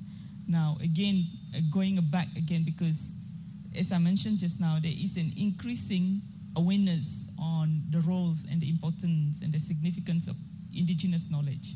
But when it put side to side with scientific science, it is always often sidelined, right? So there must be a recognition also from the scientific community of the importance, and so that also that will help the indigenous people to think, hey, actually this, what my grandfather has, what my grandmother has is important. Now, I think Dr. Elena, I want to just address one of the things that she has mentioned about the debate about the Melanau Adat. I think it's not just Melanau. I think the Iban also has their own debate. Which one do we record, right? So because there are variation. But that is the nature of indigenous knowledge. I used to remember my grandfather was a storyteller. So he will tell a story, and we listen to that story year by year. So there's a story, Dayang, Teri, and Lian. So they come, and so the story will go on for 5 nights. So we sit and listen. But my grandmother will always be the one laughing. She will always laugh at his story. I always wondered why she has to laugh. To me, it's the same. Then I realized that what my grandfather does is, so he takes his experience as he grows, so his different experiences, so he adds those experiences to the story. So my grandmother would be laughing with her, and so, but that's her. So he said the same story maybe 6 months down the road, and then there's an additional to it. So that's the nature of indigenous knowledge, because it's always shifting, always aided, and I think that's. I've written quite a bit about this in terms of the impact of digital technology on indigenous knowledge. It becomes baku. Yeah? So how do you unbaku so that it can continue to menyerap? Because it's always evolving. Mengikut masa. So these are some of the things that I think we in Sarawak, we also, as we go through this process, that we need to look into these things as well. But the good thing about digital technology is it's also quite, what they call it, is quite conducive to those kind of changes, right? So I don't see, I mean, in scientific knowledge, we argue over ideas, we argue over theories. So I don't see any reason why, all right, maybe the Melanau here saying is like this, the Melanau Muka has a different idea, but there is no reason why you shouldn't be recording both, but to look at, provide variations. Just a quick one on how do we encourage the indigenous community to empower them to preserve their traditional knowledge. For instance, our experience with the Punan ethnic group last year was that they have a big bengkel about their history, social history, oral history. And then they got all the Punan members to come to the bengkel, and it was partially funded by our ministry for that event. And then after that, they agree. Our ministry gave some kind of input also, maybe this is something that you can do. So in the end this year, we approved a grant for them to bring all the members to go to Punan Ba. Yeah, and because that's the way they believe that it started. Yeah, so then it's like a jejak warisan. So the NGO, the Punan National Association, is leading. So we give the fund to the Punan National Association to do this program, so that they let their own community, their own members from around Bintulu, Pandan, and other places, to be able to go back and trace their roots and listen to the other older, maybe some of the storytellers to tell them. So I think this is some way, this is probably one role model that we can use, so that people see that there's a value. If ministry is willing to sponsor us to do this, and we get a press release, we get to be featured. So that means our tradition, it's appreciated. Yeah. So this kind of intrinsic thing has to come up, and of course the association, the NGOs have to work lah. Yeah, it cannot always be the top-down thing because it's not sustainable. Okay, thank you. Just an addition. So one of the exercises we do through our work with the various communities that we mentioned, especially with the Orang Asli in the beginning, they were so shy to talk about their history. Because when you think about it in relation to the national history and the history of other people around them, they were very, very shy. We have nothing to say, they say. So, but when we brought them to Barrio, we give them the mahjong paper, and we say, okay, what happened like that exercise? What happened in your kampong in 1920, 1930? And they begin, so the young people were there listening. So they say, oh, there was a helicopter that fell down close to Postgob. So they learned their history. So they begin to appreciate. And actually that is why, in the end, that's why the director of PU was saying, how did you get them to talk about their history? But those little exercises, they may look so innocuous, like what Dr. Elena was saying, these little workshops. So the young people can learn from their older generation. So we try in our workshops, there must be a datuk nenek, ibu bapa, and the children, right? So we did that in Baklalan, in all the exercises. So they learn from each other, because at the moment, we send our kids to school to learn history. But actually their own history of where they come from, it's neglected. So there must be a lot of things that we need to rethink how we teach our kids in current generation, I think, yeah. Okay, I will take one question from the floor, yeah. The gentleman over there first. Prof. Azlan, you have to wait.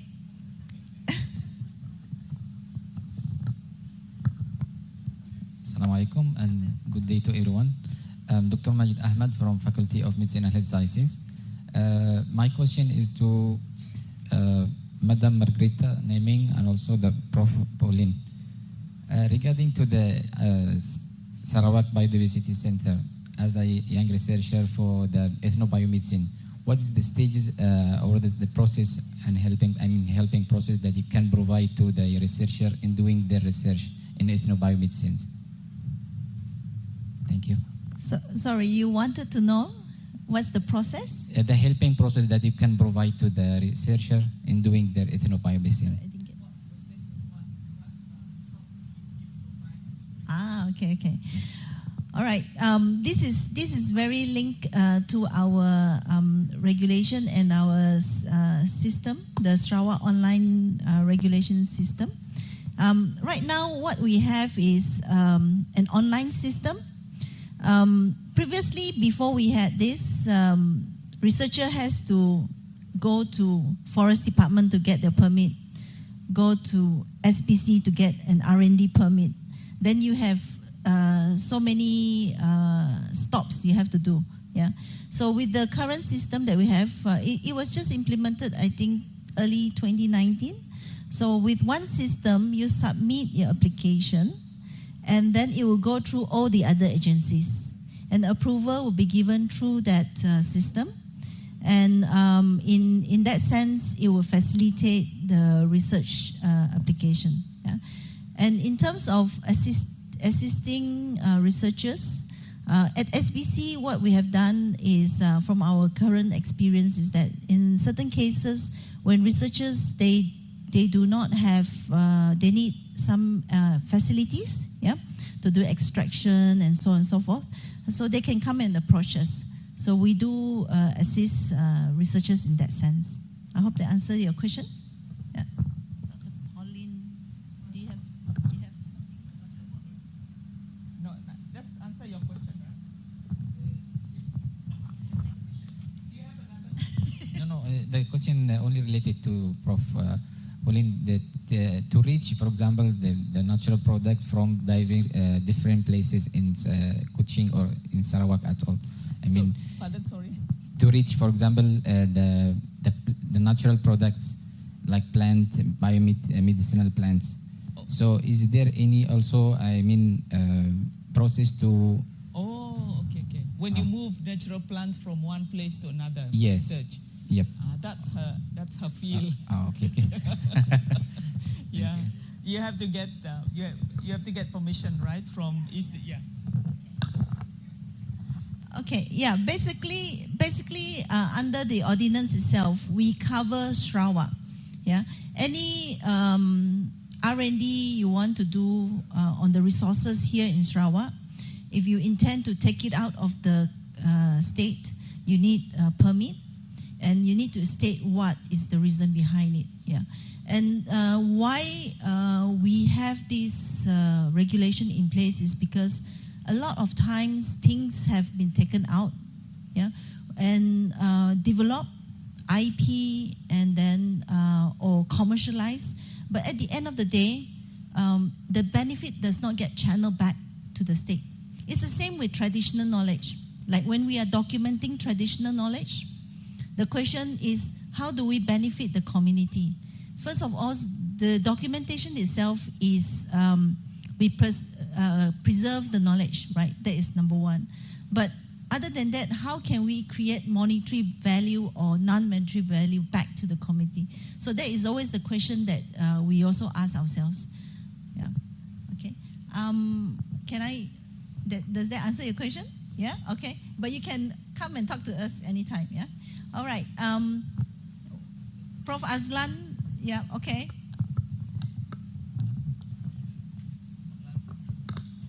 Hi, I'm Azlan from the Biodiversity Institute. Now, it's really good to see three important women of science sitting in a single platform. Thank you, ASM, for that.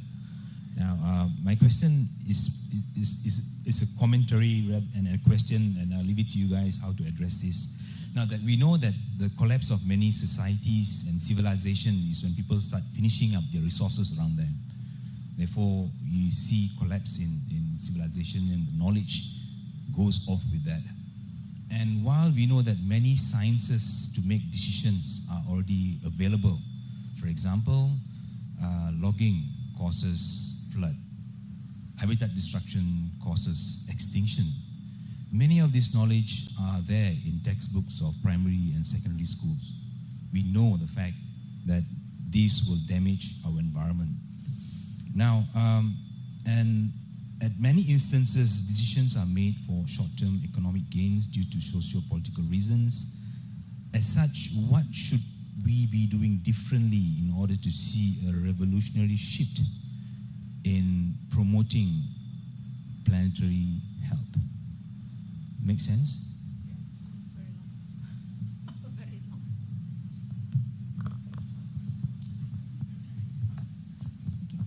Thank you, Prof. Aslan.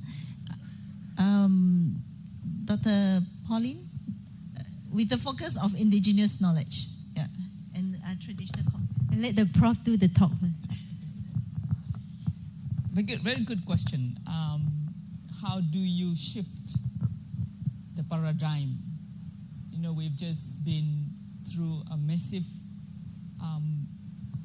contagious disease scenario, and then now there's debate whether that's as a result of climate change, and then climate change is a result of all those things that Prof. Aslan has mentioned, right? So I think when we look at the idea of sustainable development that came out of the Club of Rome research in late 1970s, and then that translated into the idea of sustainable development, and that was taken by the United Nations, and then from sustainable development it became Millennium Development Goals, and now we have the Sustainable Development Goals. Now we have the 17 SDGs, and now there's another new framework called the ESG.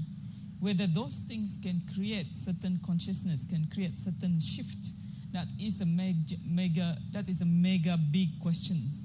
How do you localize these things at the local level? Localize the SDGs at the local level. So I think here in Sarawak, for instance, I know different government departments are required to become the, what do they call it, the promoter of different SDGs.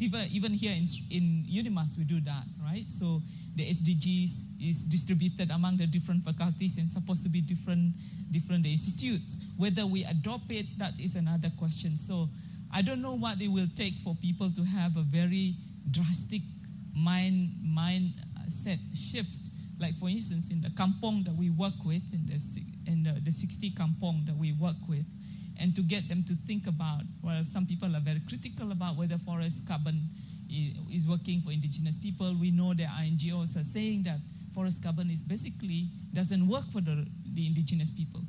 Now, a lot of times that is because they are misinformed as well.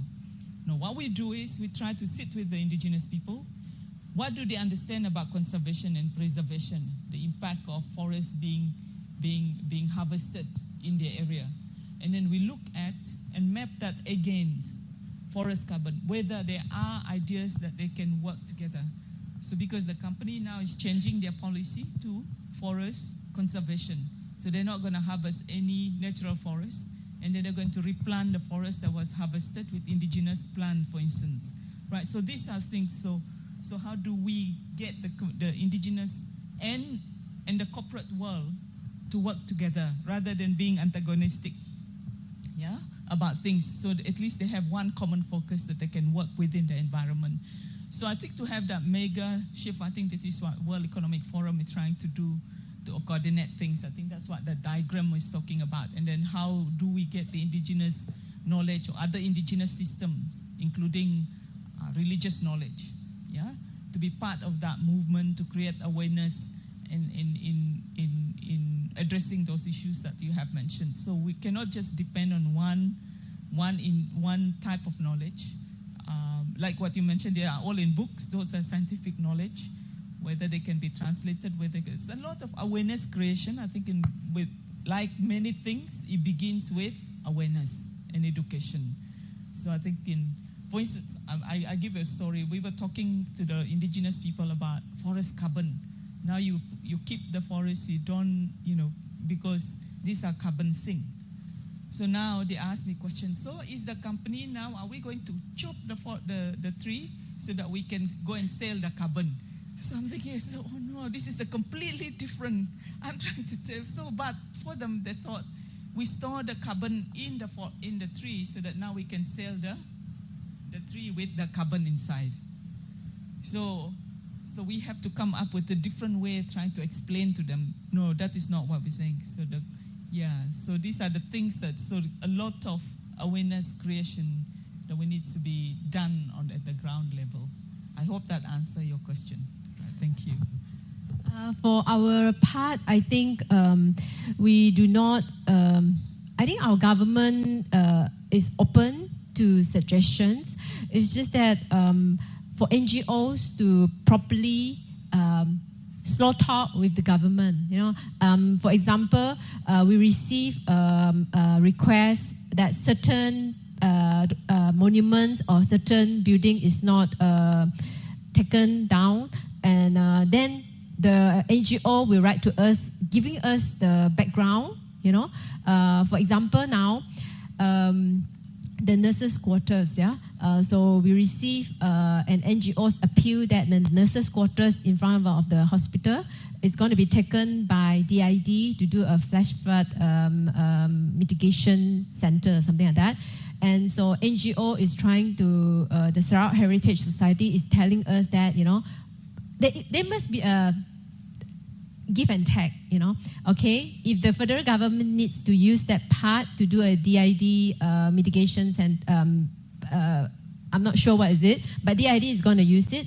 So there must be a win-win situation whereby we can, the government, the state government can still use part of the building as a conservation, so that the history of the nurses, quarters is still remain. So I think NGOs have to be a bit more forthcoming in telling us what they need. And then not just to request for funding, but also to tell us what is it that we can do, they can do, and we can do, so that we can work together. Because I think the government is rather open, and we always make sure any plans, like we're building a museum somewhere, we always make sure the local communities are involved, and there will be many series of community engagement first. And of course, I think here is where UNIMAS can come in, with the CSR, all this engagement, maybe the portion on the naik pangkat or the e-prestasi part, on the engagement with the local community has to be increased, because actually we gain a lot from here. I think that part we should put up to 8% instead of 5%. Okay. Okay, I have one online question, then I will go to Dato. And one online question is from Emeritus Prof. Dr. Muhammad Ismail Noor. So he said, thank you for the enlightening talk.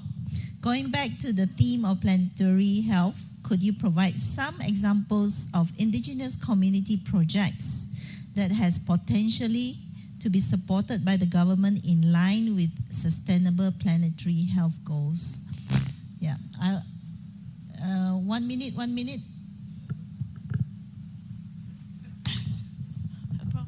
Prof.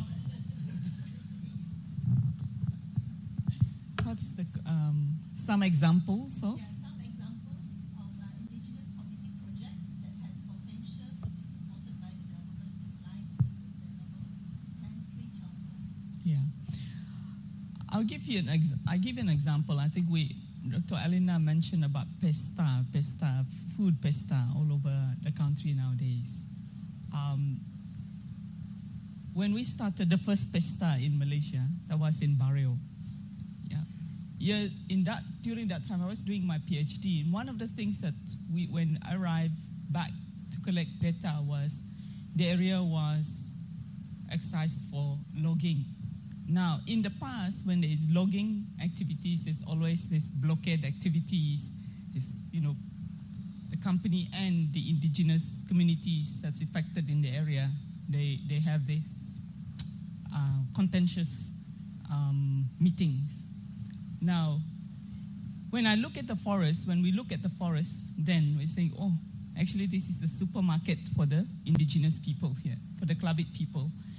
And so we went along the line of, okay, let's celebrate our forest, celebrate our food system, And at that time when, I grew up in Borneo with so much food, 80 or 90% of our food came from the local area. And even the local communities were feeding the school when I went to, they fed the students. They sent pineapples, they sent oranges, all sorts of vegetables for us. And in fact, parents have to take turn to bring food, and then they get very excited when it is, they call it their receipt. The school gives them a receipt. This day you come and send us food. Now, when I went back, it was like 90% of the food were coming out, were flown in. Right, so there's a big reverse. And then the forest was under threatened. So what we did was basically, let's create awareness about our food system, right? Create awareness. So we started the first food festival, learning from what's happening in England, because in England there's a movement in terms of food and culture. So we thought, okay, we started the first Borneo food festival. So we get people to appreciate the food. So the young people kept coming back. So, and the women begin to teach, right? And then now they start gardening. Now the men goes into the forest and say, these are the fruits that we used to eat. So the way how to cook, how to prepare becomes what they call it. And the young people begin to be excited. So now we have the 12th, just recently the 12th Borneo Food Festival, which we call Pesta. So now when I saw Pesta, so Pesta everywhere, Pesta makanan sini, Pesta makanan di sana. So I say, yeah, the first one was Borneo. So the way is basically, celebrate life, celebrate food, celebrate the land, celebrate the forest, and that will create awareness. So also the government will see, the forest is important to the people, right? And the company are also saying, the forest is important for the people. This is so we coined. I remember my cousin said, the forest is our supermarket. So leave it alone, right? So these are some of the things I think creative way to. I'm sorry. I hope I'm answering your question. And the food movement is now all over Sarawak, and that is basically one way to. Because one of the things that is, if you look at planetary health, changing food system is also has effects on the physical body, right? So I think that is, I hope I'm answering that question. Okay, I will add on to more food. Yeah. So under our Petunjuk Geography Sarawak, we have 31 items, and most of it, almost 20 plus are food, So we have the barrel rice, we have beras adan bakalalang, garam bukit bakalalang. So this is a way we try to sustain the indigenous knowledge by making it recognized. Meaning to say that if we have already recognized belacan Sibuti, so it is the product, the proud product of Sibuti people. Yeah, so this is one way that the government is trying to do to give acknowledgement and to protect, the product of the community. And also, it's not just about pesta, ria, and happy makan, but it's a way that we promote togetherness, to build this kind of ties, So it's like a ritual that when we do in anthropology we have the incorporation, separation, and all that. So while we are doing the pesta, there's the preparation, the ongoing and aftermath, and then we have the makan selamat. We have a lot of things. This is something that we are promoting in Sarawak, and that's why we see that Sarawak is very peaceful. Everybody can come together in a pesta, right? Thank you. Okay, I will let Dato' your last question.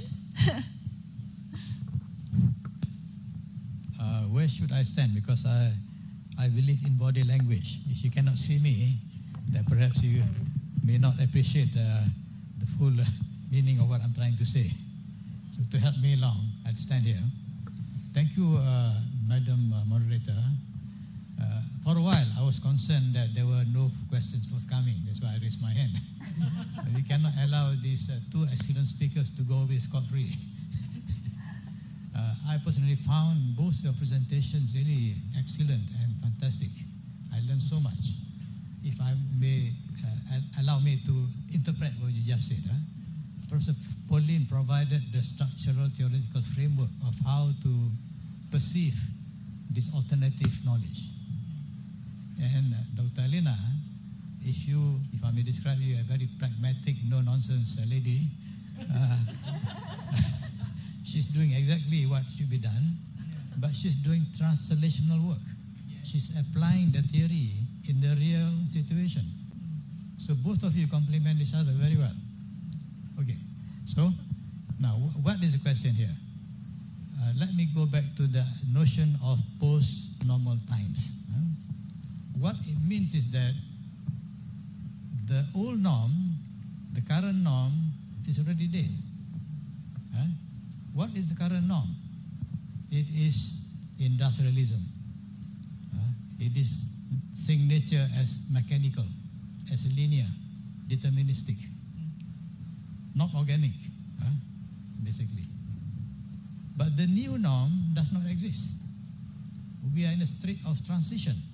We are moving from the old norm, which is dead, already dead. How do we move to the new norm? That, I think, is a big question. So the big question to me is, what does it mean to be human? And you're answering the question in different ways. So I would like you to further answer that question in terms of diversity. Why it's important to have diversity. What it means to me is that there are many commonalities among current knowledge and the future knowledge that we desire. But there are also many differences. What the differences will tell us is actually how to deal with diversity. And I practice brainstorming sessions where I actually insist on diversity of opinions, including diversity of participation, young and old, women and men, girls and boys, all together, that discipline. We actually create what we call creative tension. Creative tension. When there is tension in the room, we become more creative. We jump the gap and come up with better answers. That's what is happening. So my question would be, if you were to, just based on your experience so far, how do we build the new norm in this state of transition that allows our diversity to become an advantage to us? Thank you.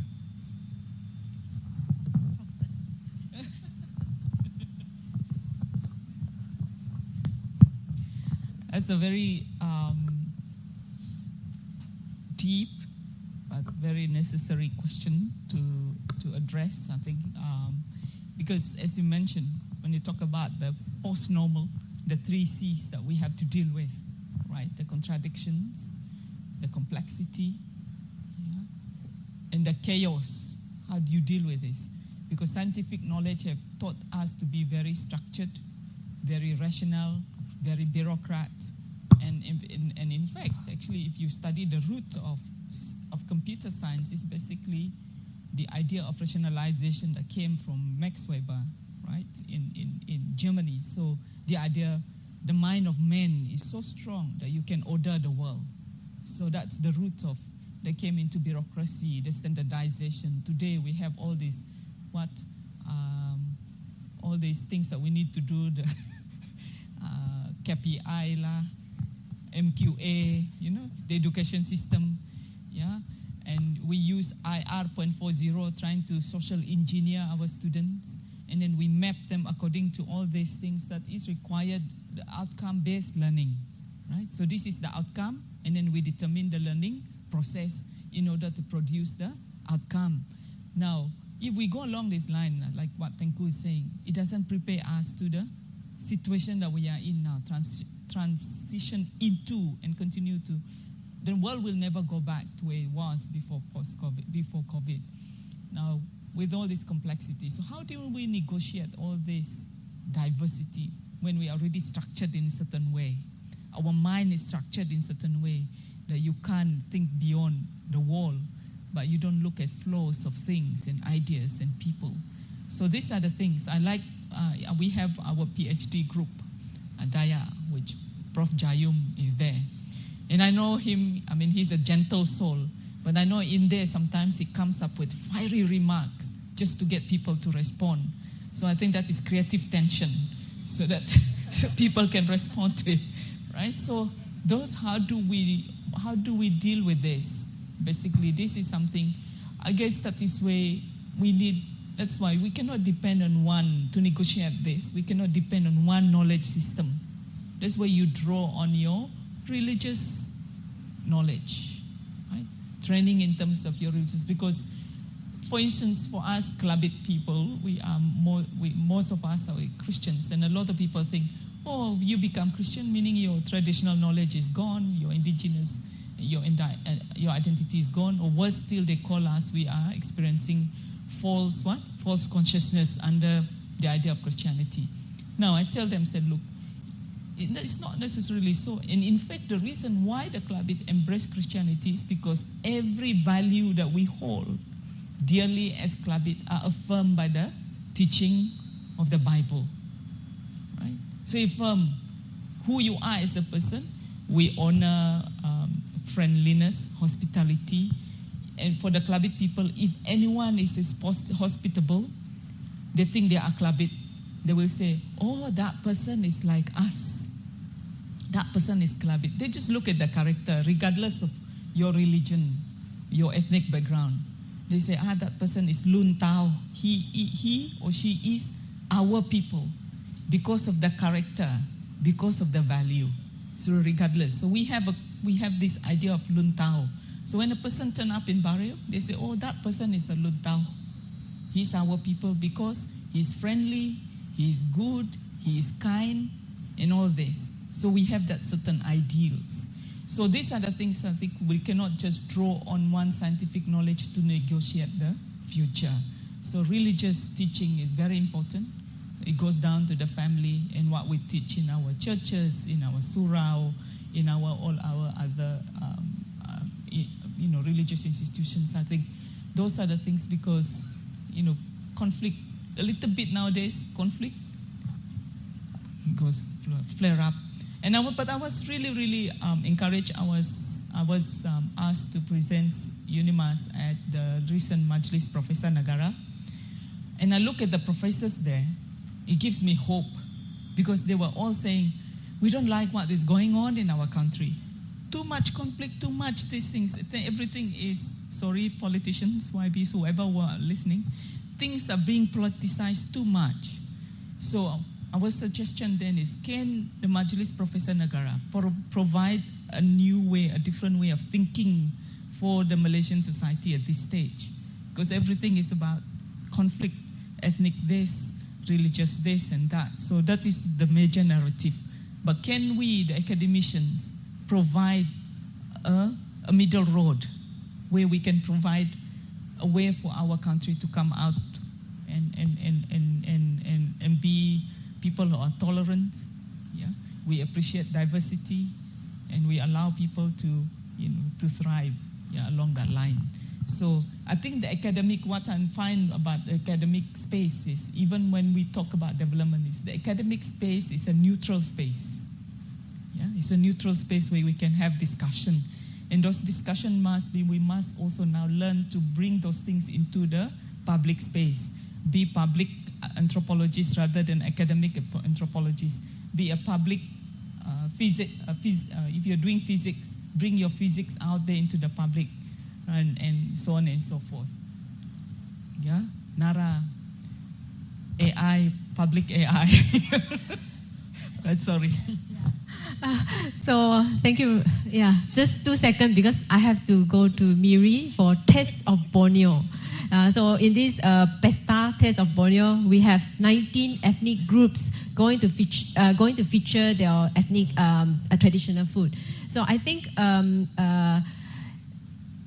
while we try, we always have to remember that for sustainability of our indigenous people's practices and cultures, yeah, we always must think that there must be an whatever that we want to take away, there must be an alternative, yeah, because after all, everybody is just trying to have a life, right? So, and in our own program, anthropology and sociology, we don't teach religious belief or what. We teach indigenous belief systems, because we believe that we need to expose our students, all our students, to this indigenous belief system. What are the belief systems that's been practiced? So what's going on, and how is, and one part of it is about our folk tales, our legends. So in Sarawak, if you know, a lot of batu-batu, and because the formation of this batu-batu is because of something like mockery, mockery, especially on animals. So we always believe that we need to live together with the natural world, including the animals, the surrounding. So living together with the surrounding is a very important thing that is shaped by all our diverse ethnic groups. That's what I believe. Thank you. Okay, thank you, Dr. Elena. Okay, 1 minute from me. In actual fact, I want to thank Yang Bahagia Dato', Dr. Tengku. You in actual fact, did a wrap up for me. So thank you very much. But I think to take home a few key words here where traditional knowledge is concerned. We emphasize on sense of ownership. We emphasize on recognition. Acknowledging the rich heritage that we have. Prior informed consent, getting the consent of our communities before working with them, respecting that, all right? And of course, at the end of the day, we talk about how can we share this benefit, making sure that our earth is still kept, our earth is healthy while benefiting from it. I think that is also very important. With that, I'd like to thank our distinguished speakers, Prof. Dr. Pauline Bala and Dr. Elena. Thank you very much, and thank you, audience, for your participation. Thank you. Thank you so much, Madam Margarita Anaming, for moderating the 30th IdeaXchange sessions. Madam Moderator and all panelists, please remain on stage. Join me once again to give a big applause to our panelists. Now, I would like to invite President Academy of Sciences Malaysia, Yang Berbahagia Academicians Dr. Tengku Muhammad Azman Zarifadin, accompanied by Yang Berbahagia Professor in Senior Dr. Siti Nurlinda Taib, Deputy Vice Chancellor Research and Innovation, University Malaysia Sarawak, and Yang Berbahagia Puan Hazami Habib, CEO of the Academy of Sciences Malaysia, to be on the stage to present the token of appreciation to our moderator and panelists. Please welcome.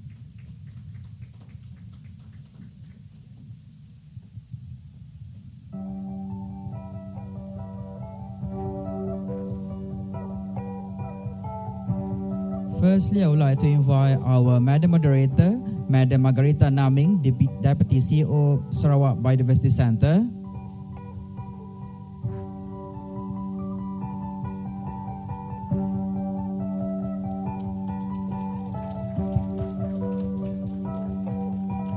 Next, I would like to invite our panelists, Professor Dr. Poline Bala, Director of Institute of Borneo Studies, UNIMAS.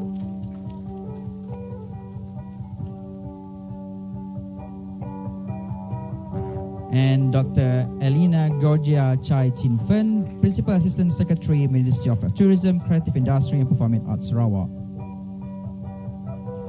Once again, a big applause to our panelists.